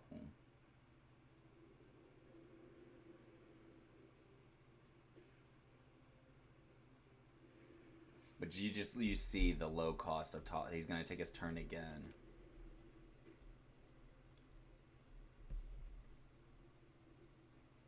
It's regen. No. Oh, was that double trouble? This man's in trouble. It's debuff. See, but that just goes to show you that's a wasted turn. This man should be dead. There we go.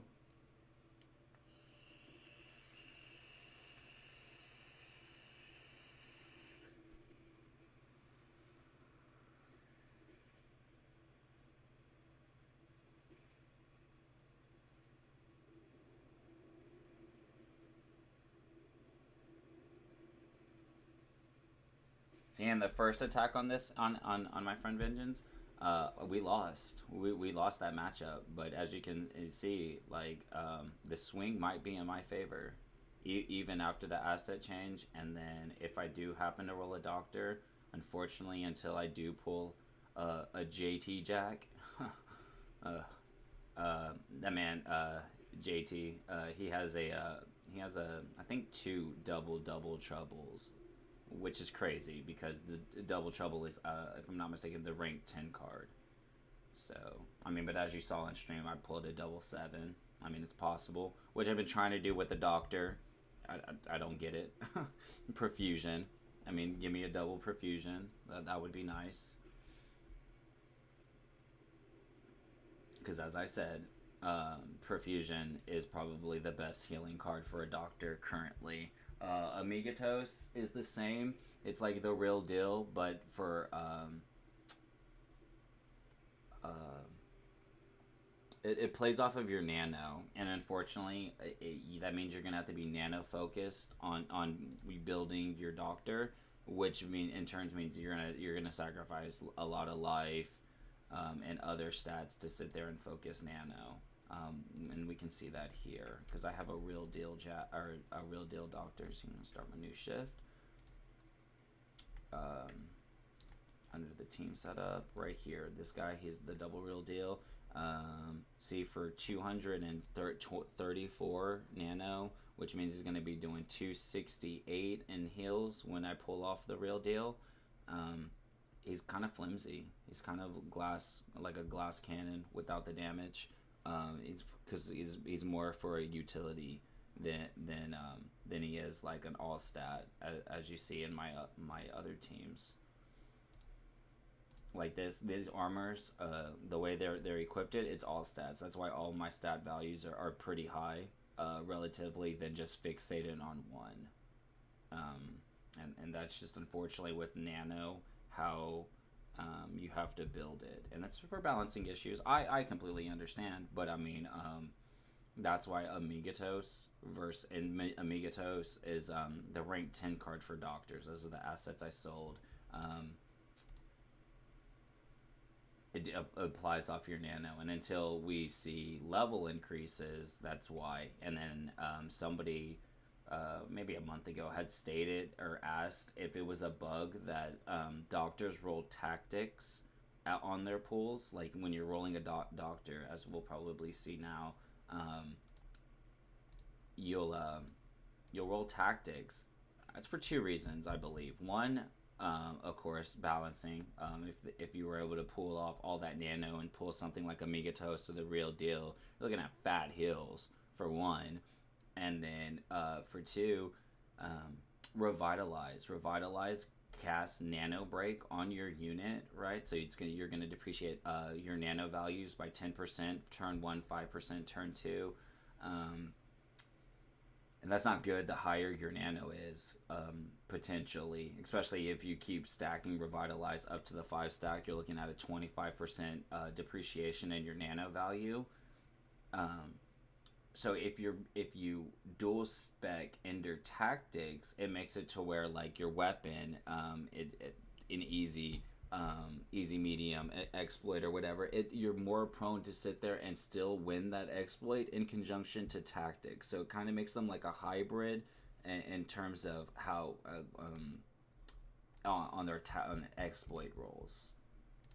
Which is good. I mean, like for like I said, for balancing issues for cards like the Real Deal and Megatos, and then it still allows them to be to win exploit rolls after using Revitalize, which casts Nano Break on yourself. So we're gonna go for it for the stream, man. Come on, my man.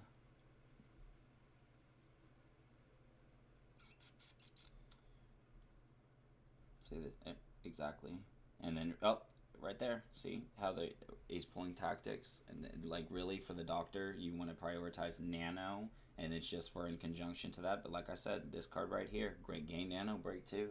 It's going to depreciate your nano and make it less likely that you're going to win exploit rolls. But if you were to spec into tactics, you're more likely to. And what is this one called? Fatten. It's a close sec. It's like the second to beefy, right? So if you're not pulling beefy and you still want to go for a piece of me build, this is the other alternative to it. It's the second best option, especially when you're just beginning and that type of build you're interested in. This is the other way to go. But this is all allies, right? So this makes it to where everybody can run a piece of me relatively than just your lead. This one right here. So it's a close second, but no, we're going with Revitalize. And first, always Sepsis. Such a useless card. You lose 100 life unless you're going like super aggro or you go with like a pistol doctor. That makes it to where I think the rank 10 card on it is High Noon, and it makes it to where you don't have to pay in your life sacrifice. It makes it to where you play sacrifice for free, no health cost, and that's very situational.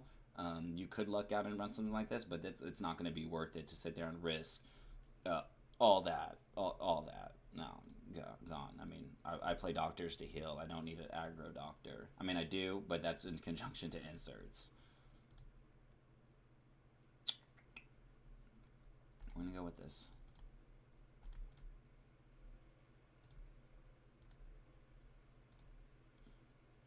Oh, I rolled over a heal.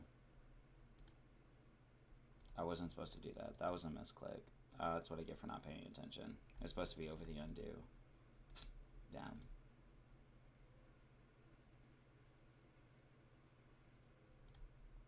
Ouch.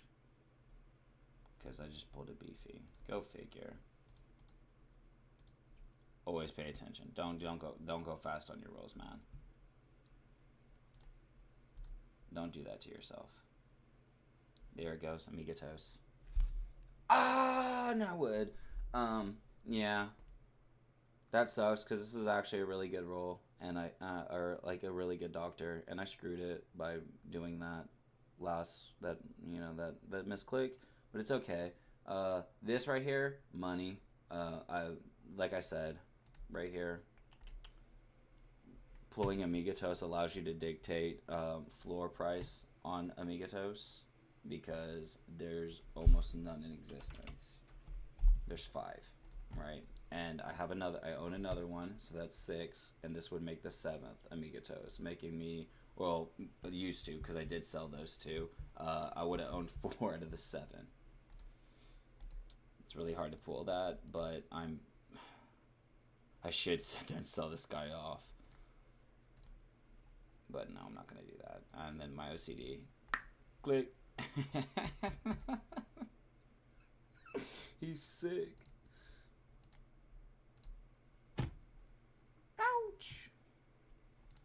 And this Staying Alive makes it to where when I play a healing card, it's minus 10 ticks. So if I pull Staying Alive on Revitalize, it's a 40 tick. This would have been a 35. This is still good. I can't believe I did that, though.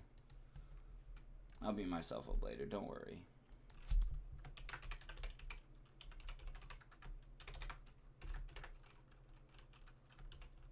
Oops.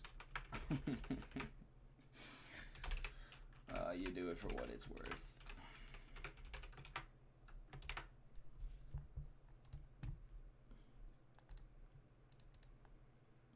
That was good. Hey, I'm feeling good about this, right? I'm feeling pretty lucky. I'm glad I didn't go with that nanobot insert though, because that's really what I want. But you just, like I said, you just gotta roll with what you got. So we'll go for another one.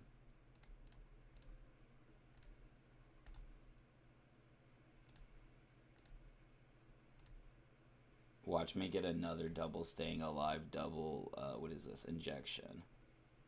See, I'm about to do it again. Why is it, what?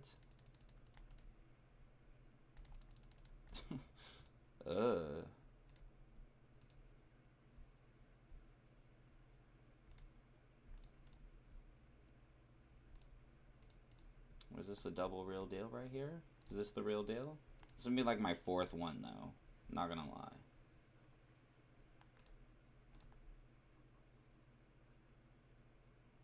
That's stats. I'm not fond of this. 20% of your health to heal somebody else. That's why it's a rank 1.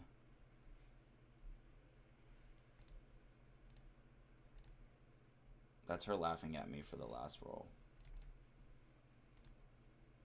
Oh, see, it's okay that I did that anyways. And I'm getting it. It's bad anyways. I'm keeping sepsis. That's what happens when you risk it for the biscuit. I just want to keep my hills together. Injection should have went over sepsis, but that's okay. Because he was essentially a brick anyways.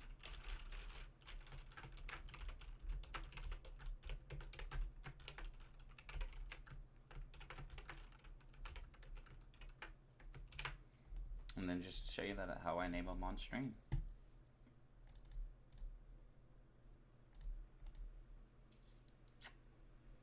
Alright, alright.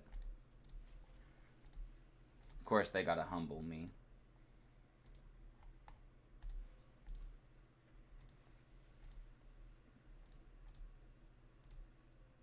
Oh wait, so I feel it. Someone's trying to get away with something. Something that I just can't allow. I'm just gonna knock you off my board, boy. Sorry, dude. Audi. Maybe he'll go back to his main. And so while we're at that, too, we might as well reveal this guy. We're gonna expose this gentleman.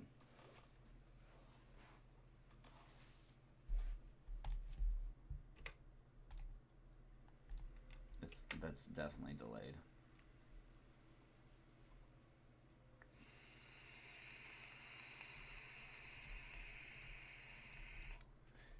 It's too zoomed in.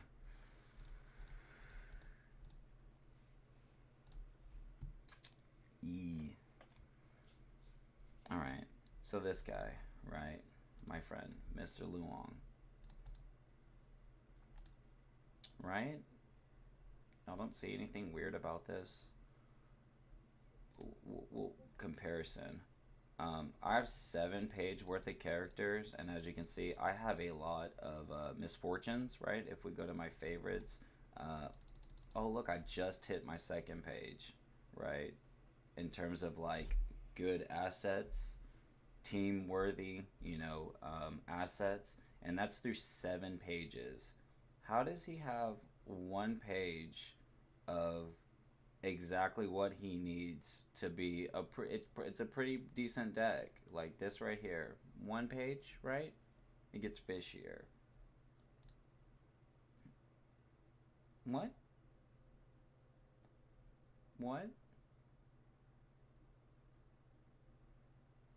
It's crazy. I wish my first crate sat there and had 3 plasma storms and a drone, because it's only 1 crate worth of assets total. It's peculiar, just weird. And somebody had brought this to my attention. We used to combat with a gentleman named Mr. Yellow. I've seen his assets. Dude had like 12 pages of weapons, or yeah, maybe it even might have been weapons, but he had like a lot of armor, a lot of weapons. Now he just has exactly what he needs to play the game. It's peculiar. It's an alt. Clearly. But I don't know. I don't know why you would do that. I don't essentially get the point of this, because the other, if it's Mr. Yellow, because these were the same exact assets that the gentleman was using on his team. If this is the same assets he was utilizing on his other team, I don't understand why you would transfer it for a second account if you're not playing the primary account, because unless they're doing passive deliveries, unless they're like a tier 1 delivery, basically like a neon generator,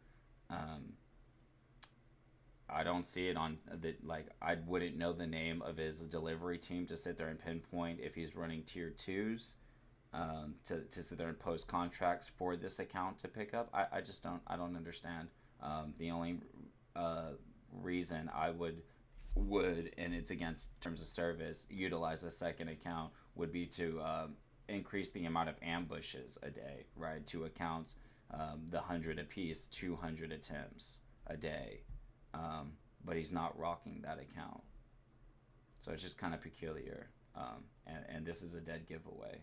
I mean, you should probably start pulling assets on this account to make this a little less obvious that this is an alt account. Unless he lost a bet. Unless he lost a bet and he had to give up his team to somebody. But I don't see that, seeing how it's Mr. Luong, whatever that means, and the other gentleman's account was called Mr. Yellow. It's my character sheet.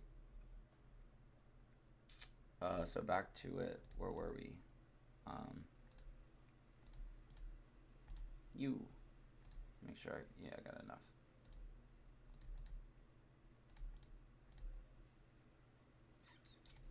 Here we go. That's okay.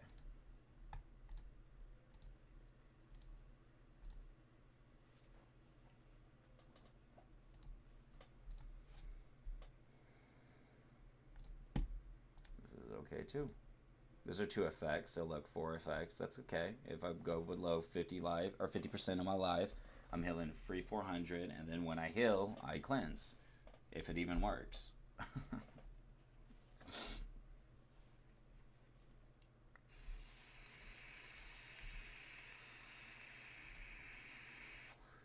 An effect doctor it is.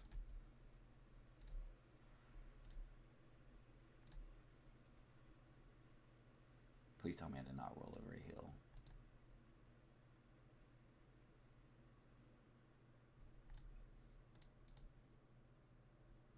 Thank you.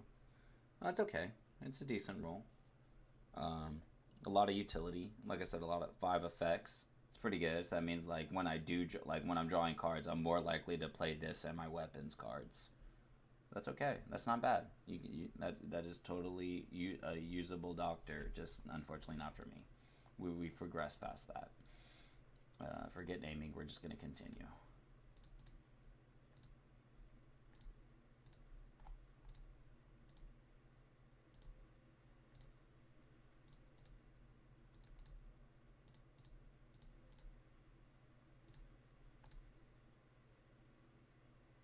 There we go. There we go. There's one. There's one. Gotta play this smart. Sepsis got to go. I don't want to get locked up with sepsis because I start pulling stats.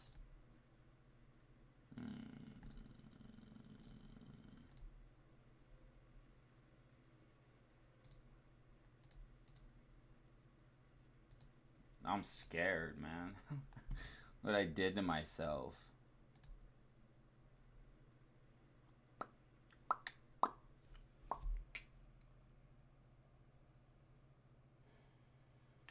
It's just too expensive for what it plays.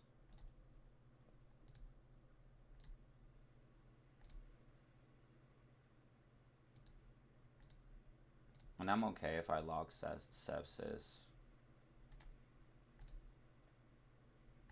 This is okay. Another thing I want to know is, oh, it's just if I play a heal card. It's not per unit.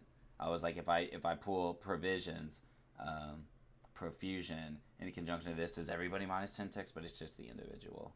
It's just the individual unit. Well, that's okay. That right there, that was okay. It'd be better if these actually, like, I can confirm if these work or not, but damn it. I need that perfusion. I need that at least double, yo. Double, 10% perfusions. Come on. To dash. 9. So remember, it takes 14, so eventually, after 14 of these, I get 1 free. I won't have to buy the juice to sit there and level up 1. I'm already 9 in. This is 10.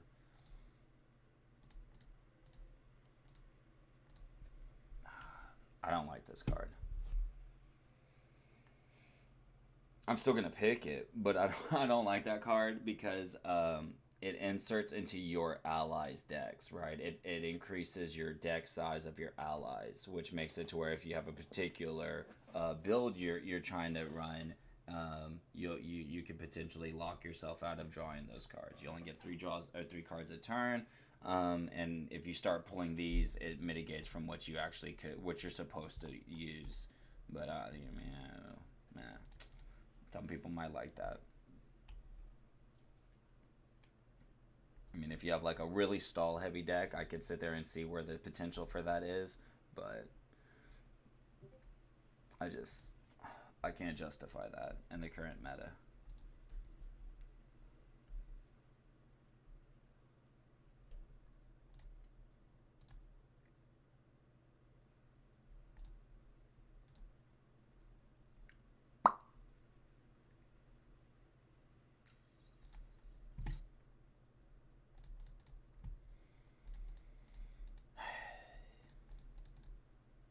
Ay, ay, ay.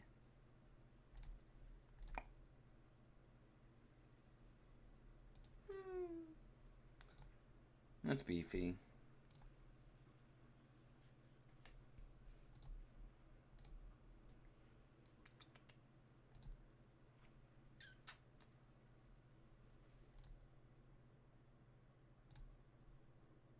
All right, we got 4 more goes. 4 more goes.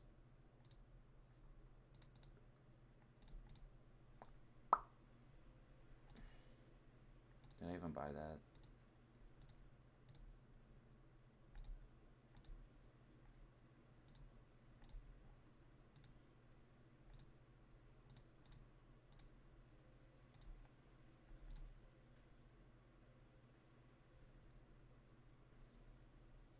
I said it. This is when I said there, it's not a stronger version because the other one's an all allies. I think it's a rank 6. It's a rank 4, but at least it's a flat hill. This one is a trick, right? Oh no, never mind. This is cannibalize. I don't know the name of the other one, but one is like deals 50 damage to all targets, heal the damage dealt. That's if you want to play an energy weapon doctor for like the set to kill, and the 52. It's like 52 damage. I don't know. But you only heal the flat damage that you deal. So you'll like it's like 50 to every target. So like in the back of my mind, I played it, and I was like, damn, he's gonna heal 200 every time I pull this card. No, it's just the 50. Cannibalizes. Okay, this is what I was saying. You can make an aggro doctor, and it's cards like this that'll make it happen. And then especially with the sustain heal, the damage and the heal, it's actually really easy to pull off too. But we're gonna go with this because he's a doctor.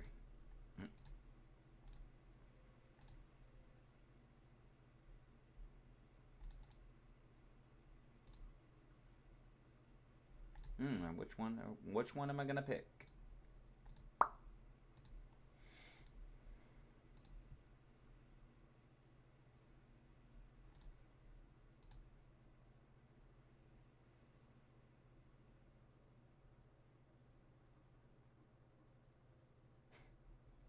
It's silly.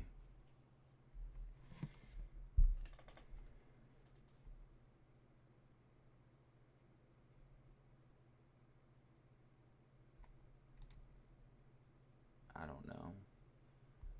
This is what I want, but I don't want this in conjunction with what is already rolled. I get one more attempt. My luck would be I pick this, and I'm gonna pull another one of these, which wouldn't be the best. So we're just gonna go with beefy.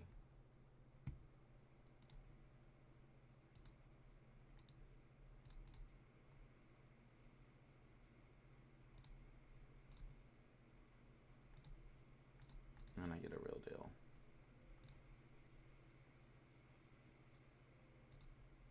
This guy's just very random, but it's just the way the card's played.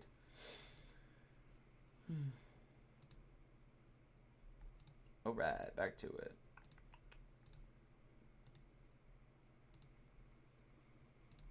Man, they're not gonna give it to me. They're like, one a day, dude. One a day. Come on. But I mean, I've gone like 3 days of rolling assets and still haven't pulled this guy. So this is good for a mill.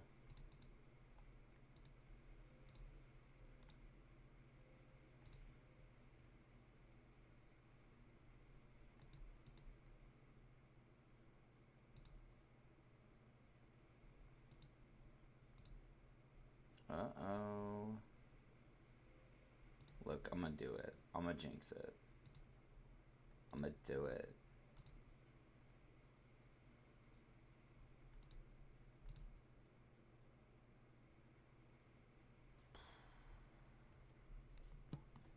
Damn it.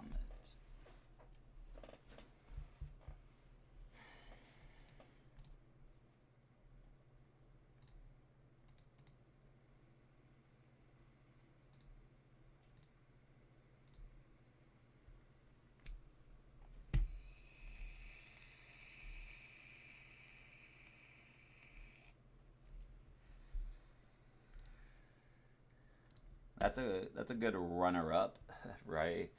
Heal all allies for a flat 350, relatively than the 30%.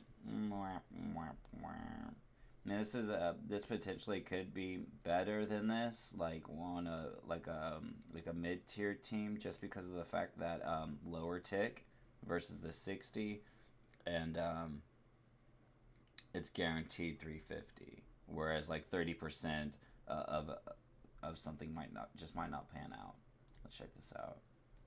So roughly, all my assets have that. 23. So look, yeah, I'm looking at 660 running 2,000 life. So clearly, this is what I'm going for. This is only going to be half the value for a little bit more than half the tick cost. But it's the luck of the draw.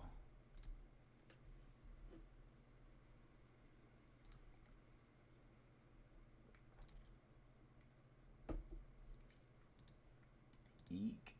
Alright guys, last go.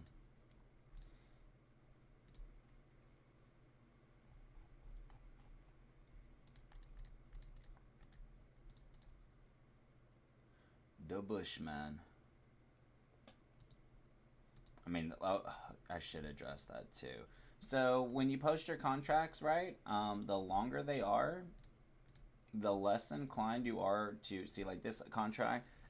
Contracts posted have 8 hours on the informant board until hit. It's really the ones that are like 7 hours, 58 minutes, 7 hours, 40 minutes that you're more inclined to sit there and get your neon back or get neon's worth of a contract. If you come back and like 6 hours after somebody hits you with 2 hours remaining on the contract, it takes roughly 30 minutes to do all your ambushes, right? Because there's a cooldown. Like, I mean, it could, if you were like super fast and you're just like clicking through your criminal activity page is loading like instantly, it won't let you be as fast as your computer processes and loads the screen, because there's a cooldown after each hit. So it's roughly about 30 minutes, and again, that's probably for balancing issues, and then so like the server's not bogged down with somebody with like a super fast computer, you know, sitting there going through the contracts. But this guy has nothing. It's guaranteed this guy got away with it, right? There's no point in even posting this contract. I mean, maybe if I would have hit him appropriately the first time instead of experimenting, but I did that intentfully. He has nothing. And like I said, just let it go. And, you know, like this, probably has nothing. Unless they disperse their ambushes, you know, they do like 10 here, 10 there, 10, like most people are like, or I would figure, I do, most people would do theirs in one setting. See, like 3 hours have passed since this contract, but why is it just now being posted to the board? He's more inclined to get away with that. He's gone. He's at home watching telly. Oh yeah, 10. So what happened there is most likely the guy finished his ambushes and didn't have enough to deposit his thing, because we got 20. He had 20 neon on him. We got 10 apiece, so he probably finished his ambushes. So I mean, that was a very lucky a post there, lucky contract, because that generally is not going to be the case. It's just unfortunately just not how the cookie crumbles. You got roughly 30 minutes to post a contract if you want neon. After that, yeah, they're at home. They're gone. They're long gone.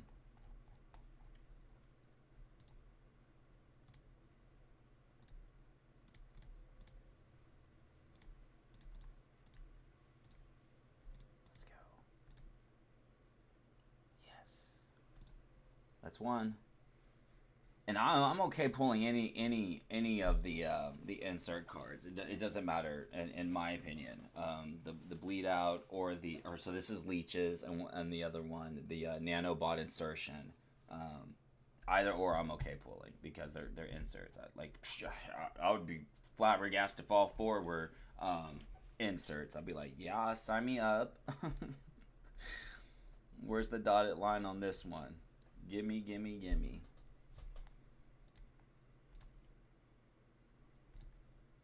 It's okay, it's a mill. Got me scared, man. I'm scared now. Why did I do that?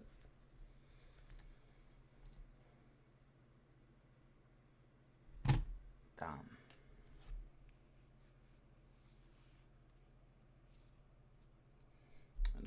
This is irrelevant.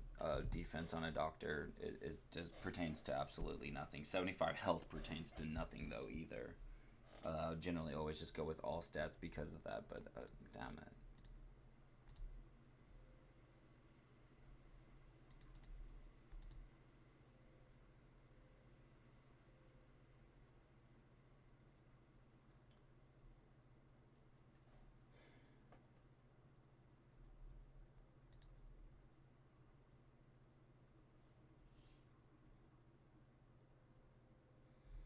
See, really, I probably shouldn't pick this one, just because of the fact that, like, losing 10% of my health there, losing 100% of my health there, could really accumulate to just dying. So it'd probably better off picking Cannibalize, just because when I hit, I'm going to heal when I'm losing here, but because I don't have any AoE heals.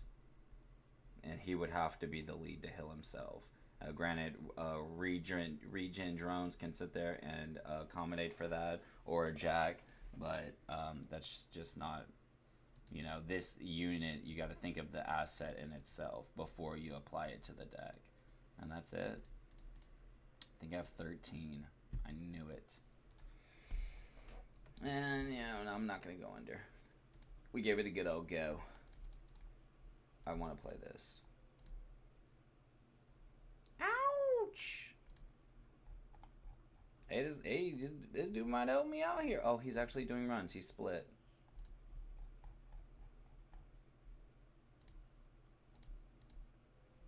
And the thing about banking too is the more times you bank, the more times you're paying it, right? So every time you bank, you're losing out on 40 neon. So right now would probably, sounds bad, but there's probably nobody right now that's going to contest me in conjunction to banking this. So I'm pretty much safe. I could proceed to sit there and try to hit more informants.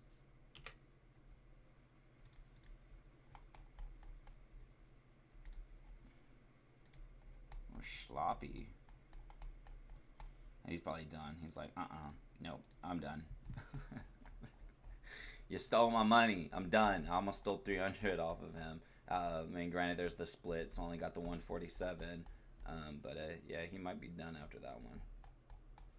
That's probably the best bet. Like, don't keep, you're at the discretion of who you're stealing from is online when you're doing your ambushes, but don't, if somebody's able to sit there and really bully you while you're doing your ambushes, don't risk it. Save your ambushes for another time. Pray they're inactive later. Is going to be your best draw. I saw someone. I just double clicked it. We didn't. I was like, we did not lose that. See, now's a good time to bank. And right now, without refreshing the page, I can bank that, and I'm gonna get all that. All the see, I got all of it. My man, Red Fruit. You don't have nothing though. I like that boy at home asleep, sleeping.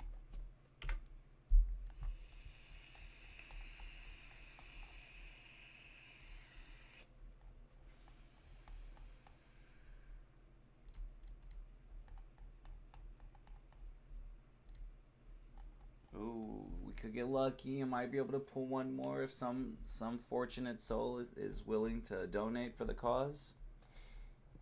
I can't hit any. These are all. This is my clan. You got my man Law, Hummus, shout outs, and then my man MT. This is all us, baby. This is our board. We're running this. We're running these streets of District. Welcome to Neon District, guys. And then, unfortunately, I'm gonna have to sit there and set like a roster cap in conjunction to our clan, and then we might even have to sit there and do tryouts in conjunction to joining, because I can't befriend everybody, because then there'll be nobody to steal from, and that's just not the point of the game. I wish they would implement clans in the game, because we do have days where we're like, oops. we're sitting there beating up on each other, but it's just the risk we run formatting one off outside of the game. But that's why I recommend when you do join, put the tag, and EP stands for Eternal Paradox. That's just what we're rolling with. That's who we are, and welcome to Neon District.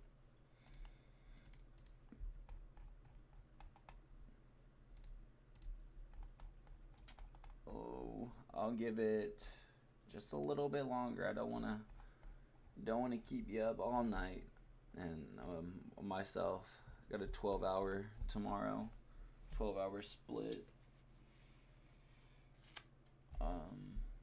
But I would like to sit there and get, I guess, one more roll. So technically, what if I get enough? I get the one roll plus one, because I have enough juice to. I'll have enough juice after buying one more 15 stack to get a free roll. I might even just have to sit there and have to level up somebody like this or like this. Show them some love. If I go by levels, I also have some of these guys. Who's this one? Oh, this is my full shield. See, this is back when I was learning. That's I rolled off AHA for full shielding, when really it should have been Iconic Pulse, because this guy should have been more barrier emphasized relatively than offensive. He should have been more of a support than he is there. So that was a bad roll. I mean, granted, if I'd happened to pull 3 more cards. No, is it? No, 2. Stats are somewhere in here. If I just happened to pull 2 more cards, like this would have been better. This would have allowed me to 3 utilities if full shielding was up top, and then my last 2 rolls would have been able to roll off the Ionic Pulse. And this man, it has the meta. Yeah, and I say this one I did roll right. I was like, well, he's going to be more offensive, although you should still roll off the Ionic Pulse for offensive cards, for primarily, and then just sap off the one barrier, or because I recommend keeping these. These are going to mill your deck. It's going to make it to where you're pulling these cards more frequently and your weapon. It's like I can almost smell the pizza. I told you, that guy is out. He's like, he dropped his coin purse and I just picked it up and now he's out of here. He's down at the police station filing a victim's report. He's like, someone stole my wallet. Oh, treacherous. These streets, man, they'll do something to you. They turn you ugly.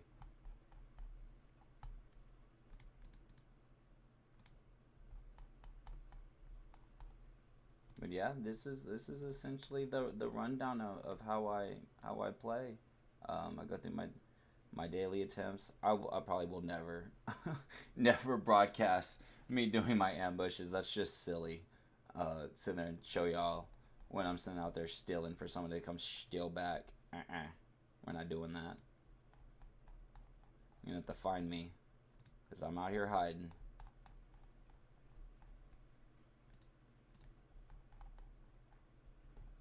Like, oh yeah, guys, take a look at look at me go. Because I've been pretty fortunate enough right now when I do my ambushes. I do all 100 before a single bank, so I pay 40 in a day, whereas people, until you get there, incrementally have to pay out the 40. So you do that 10 times, you just lost out on 400 neon, and on average you'll make about 2,000. I make about 2,000 a day in ambushes, and so you're gonna take from that, and then you also have to generate the cost into paying. You lose 500. It takes 500 neon if you attack all 5. Only 5 cost. Right. So if you as soon as you hit this, now you're down 10. This is a 15 attempt. So another 10, 10. Really, I primarily focus 5s, so I'm looking at 500 a day. I pay in the 500 plus the 40. I'm out 540 neon a day to steal 2,000 worth. So it's about 1,500, but we're just looking at those gains. Like I said, the best advice if you're playing this for passive income, you're playing to earn. Pull crates. It's guaranteed $8 if you sell for floor. You don't have to level up those assets, armor and weapons, to sell them on OpenSea, whereas characters have to be level 4. And I forgot why they did it that way. It was due to basically botting. Alt account, where I guess you could sit there and get your free unit and then turn around and sell it on OpenSea. It's to prevent that. Just malicious, intense activities. But absolutely, anybody that stopped by today, you have any questions, feel free to drop those in the comment. There's always the Discord. I'm going to be more responsive in conjunction to messages on Discord, just because I get the notification a lot better than I do on YouTube. My wife updates me about YouTube, my PA. And it's better in terms of communication. It's like a text message. It's just better to reach me on my cell phone relatively than me being in front of my computer. And I work a lot.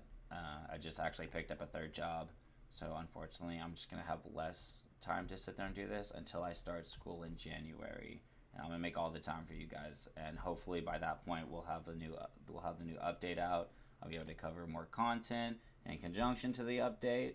So just fingers crossed, man. I know Saib's working his hardest to sit there and get this to us, but blockchain is still developing. I'm pretty sure there's a lot of hoops and hurdles he has to sit there and jump through. Damn near firelit hurdles. Hoops and hurdles. We have a request to end it with a lucky loot box in the comments.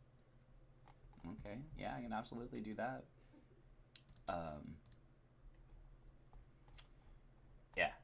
I don't know blockchain. I am going to school to learn IT, computers, be a little more inclined in a field like that. So maybe one day I'll sit there and work adjacent to this individual, because I absolutely do love playing this game.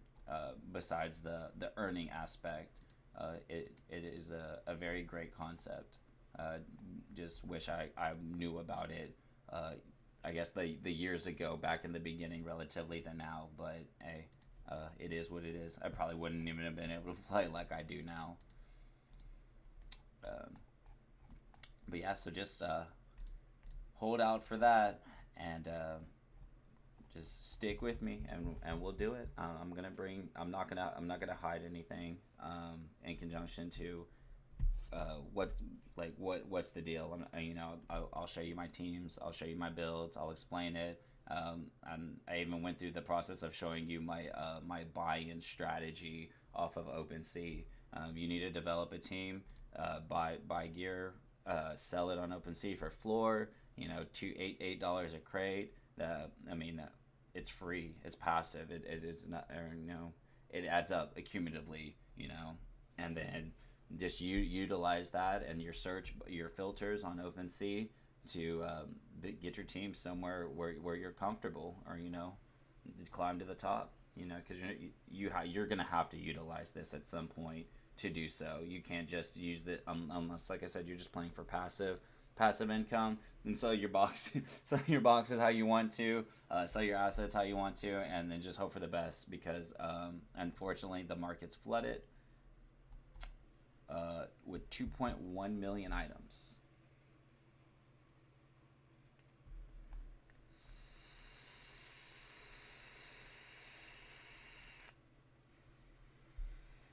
And the floor price ain't all that great. It's $2.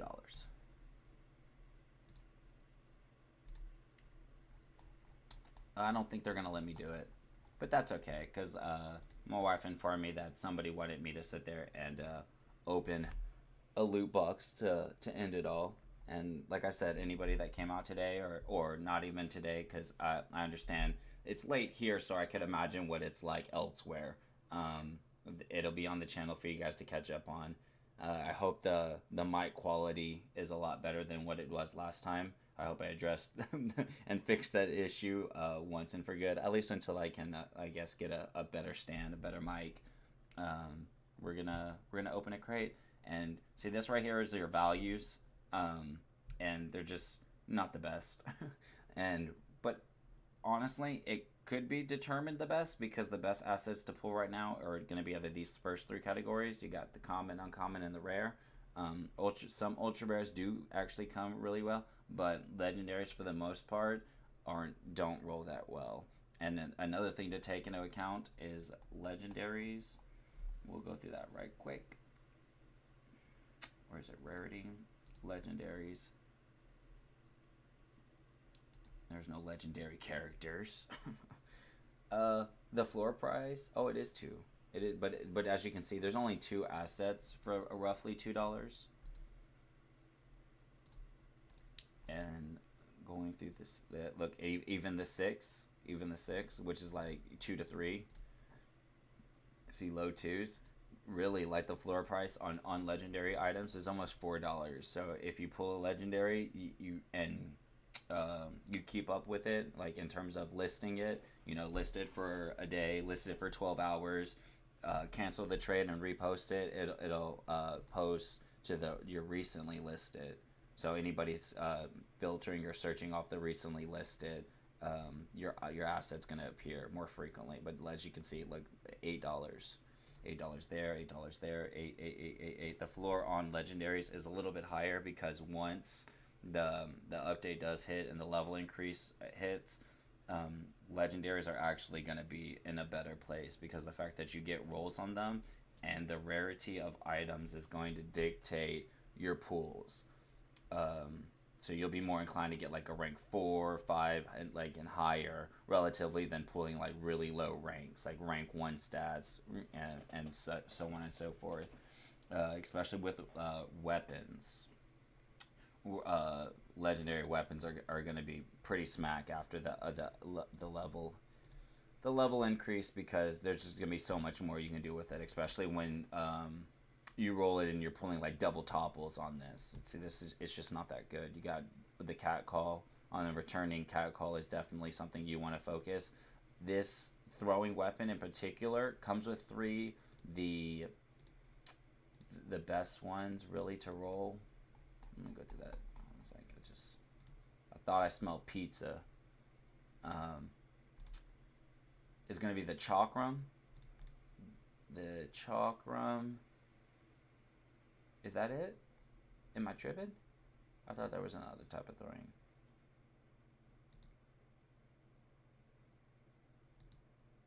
I might be tripping. Tripping. Yeah, it's gonna be the chakram, and that's because, as you see down here, you get 3 batteries over 3 cat call. Cat call is a turn waste in my opinion. You don't attack; it's an ability. You inflict 10 ticks, so it means your opponent's gonna take their turn a little later, a little delayed. Easy exploit. Generally, you're probably gonna pop that off. So 20.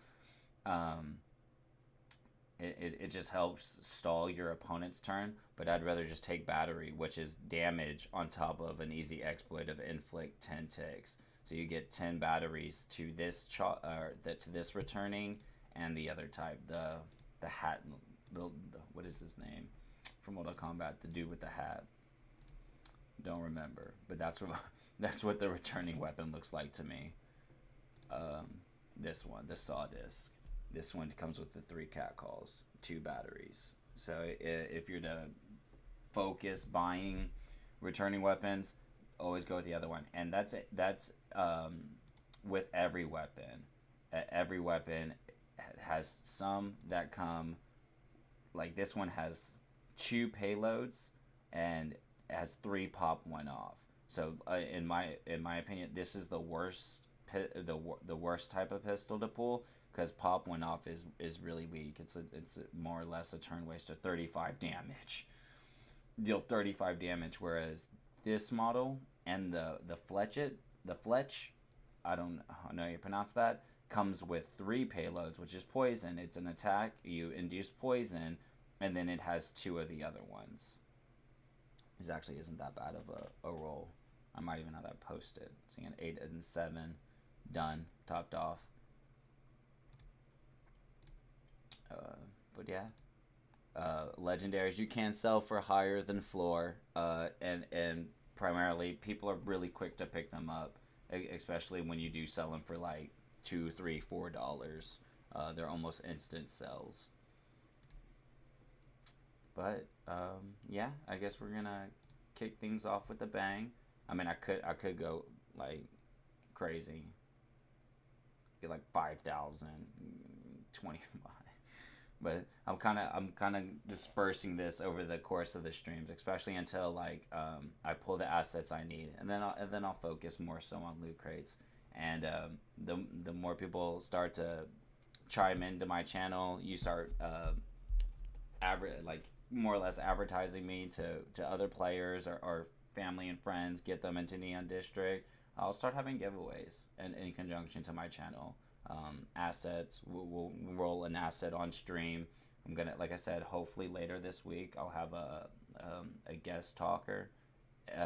We'll be bouncing ideas off of each other, questions. I think they're a little bit more in tune to what's coming next, and not necessarily when, but he has his foot in the door a little bit more so than I do, being about 3-4 months into the game. So with that being said, we're gonna go ahead and open this bad boy up. This one's probably the best asset that I pulled right now. This has potential to be good. I think it prioritizes all stats, leaning towards Ghost. This is like all stats, but in the favor of Ghost. I'm not too entirely familiar with this, and I want to sit there and say these are health pants. The more you and this is health for sure. The more you pull assets, especially from common, and you roll them up, you'll know what type of stats that item is like orchestrated or more geared towards relatively than all stats. But all stats right now is probably the best, the safest pick in regards to rolling your character. That's why you see a lot of people with the cowboy hats, the curly hair like my females, the kid and play haircut, the mohawk looking thing. That's because those play all stats. I'll show you those real quick, and then we'll go look at what I just pulled. Ceres chest, Ceres pants. This is Mimir, Mimir. Arms, those are all stats. The hat that the cowboy had, again, is all stats. We'll go through my favorites. Casual is a new one. Casual was in the update, is all stats. This is all stats in favor, I think, of mech and hacking. I want to sit there and say that I was just fortunate enough to get like a pretty mediocre, decent one, so I just slapped that on him. Again, Mimir, Ceres, like I said, Ceres. This is Ceres again. This is the chest. There's like two different. There's like variants. This is Ceres as well, but it's not this Ceres. I think this is Paragon. This is Renegade. And we can actually look that up here again. And Casual. Casual is the new one. And the best way to determine that is look at level 1 assets. See, stealth. It comes with stealth, whereas all the other exploits are all 0. Defense is pretty decent. I don't know why. I actually have. I want to sit there and say uncommon, not a level 1. Oh, there it is. See, like 223, 28, 43, and then in favor of, like I said, of a ghost and tactics.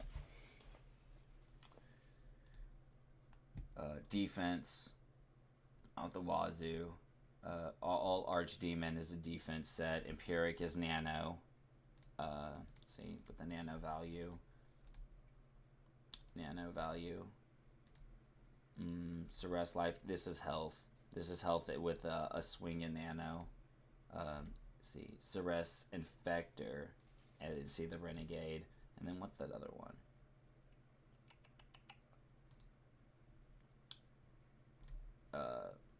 Infector Paragon. Oh yeah, so yeah, Infector Renegade, and then Paragon, and then the Preserver pants. Some sets like the Ceres Preserver Renegade, like I believe it's like the chest, arms, and head are more geared towards like health and nano, whereas the pants are all stats, and that's just to balance it out. So if like you were to dress in this apparel from head to toe, it wouldn't be all it'd be more balanced, more so necessarily than that. So you just got to learn your pieces and then pick them accordingly, and then to go over the assets I just drew. And always to filter, like, imagine like looking through this, you're like, I don't even know what I just pulled. You just newest first. Gonna be this lower left hand corner till it says newest first. It makes you think that like you would have to click that for it to filter newest first, but these are my oldest assets, default, and then newest. Bada bang, see, 261. It's not bad. I get 2 more attempts. It's a rare, so let's see, I got 5 parts. I could just give it a go. Let's give it a go. See, with it being rare, you pull a rank 5, 7, and a 3. It's more inclined to sit there and pull higher ranked cards than like a 1. This is pretty low, but the 7 and the 5 are actually decent. I'm going to go with 56 life. It's health. It's absolutely worth sacrificing these other stats like attack, stealth, and defense just for the extra life. Just in my opinion, because 4 attack, 4 defense, and it's a nano set, so 3 stealth really isn't going to apply to much, unless I was going to rocket something on like a lead for a ghost. But in my opinion, is I want the most health, the most bang for my buck, so we're gonna go with that. We're gonna end with that. And again, so 317, I'd have to really luck out and get like 100 health draw to make this really like pretty decent. And then that's just to show, I want to sit there and say it's level 5 uncommon. My Ceres, nope, that's not it. There you go, say 604. And it's on my doctor. Doctor. So giving him a grand total of 3,000 life. But yeah, again, I want to sit there and thank everybody and whoever stopped by.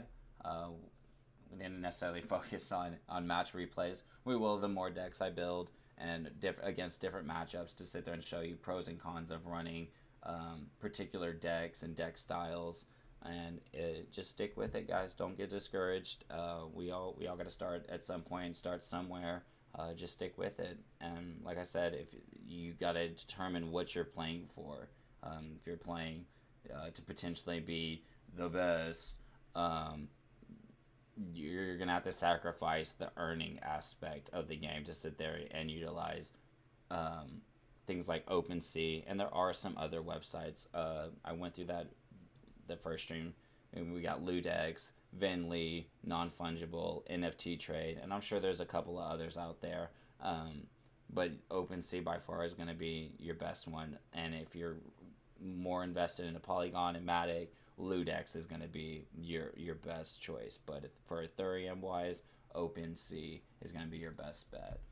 And yeah, just stay with it, guys, and stay positive. The premise of the game is to kind of be toxic towards each other in conjunction to stealing, but let's keep that in regards to the game itself, like in the game itself, not on the Discord. And there's no need, because it's all luck, and based, as you saw in today's stream. And you're gonna win some and you're gonna lose some. It's a card game. And on that note, I wish everybody have a blessed night, and I hope to see you guys next time. Fingers crossed that we get our guest later this week, and I hope to see you guys then and there.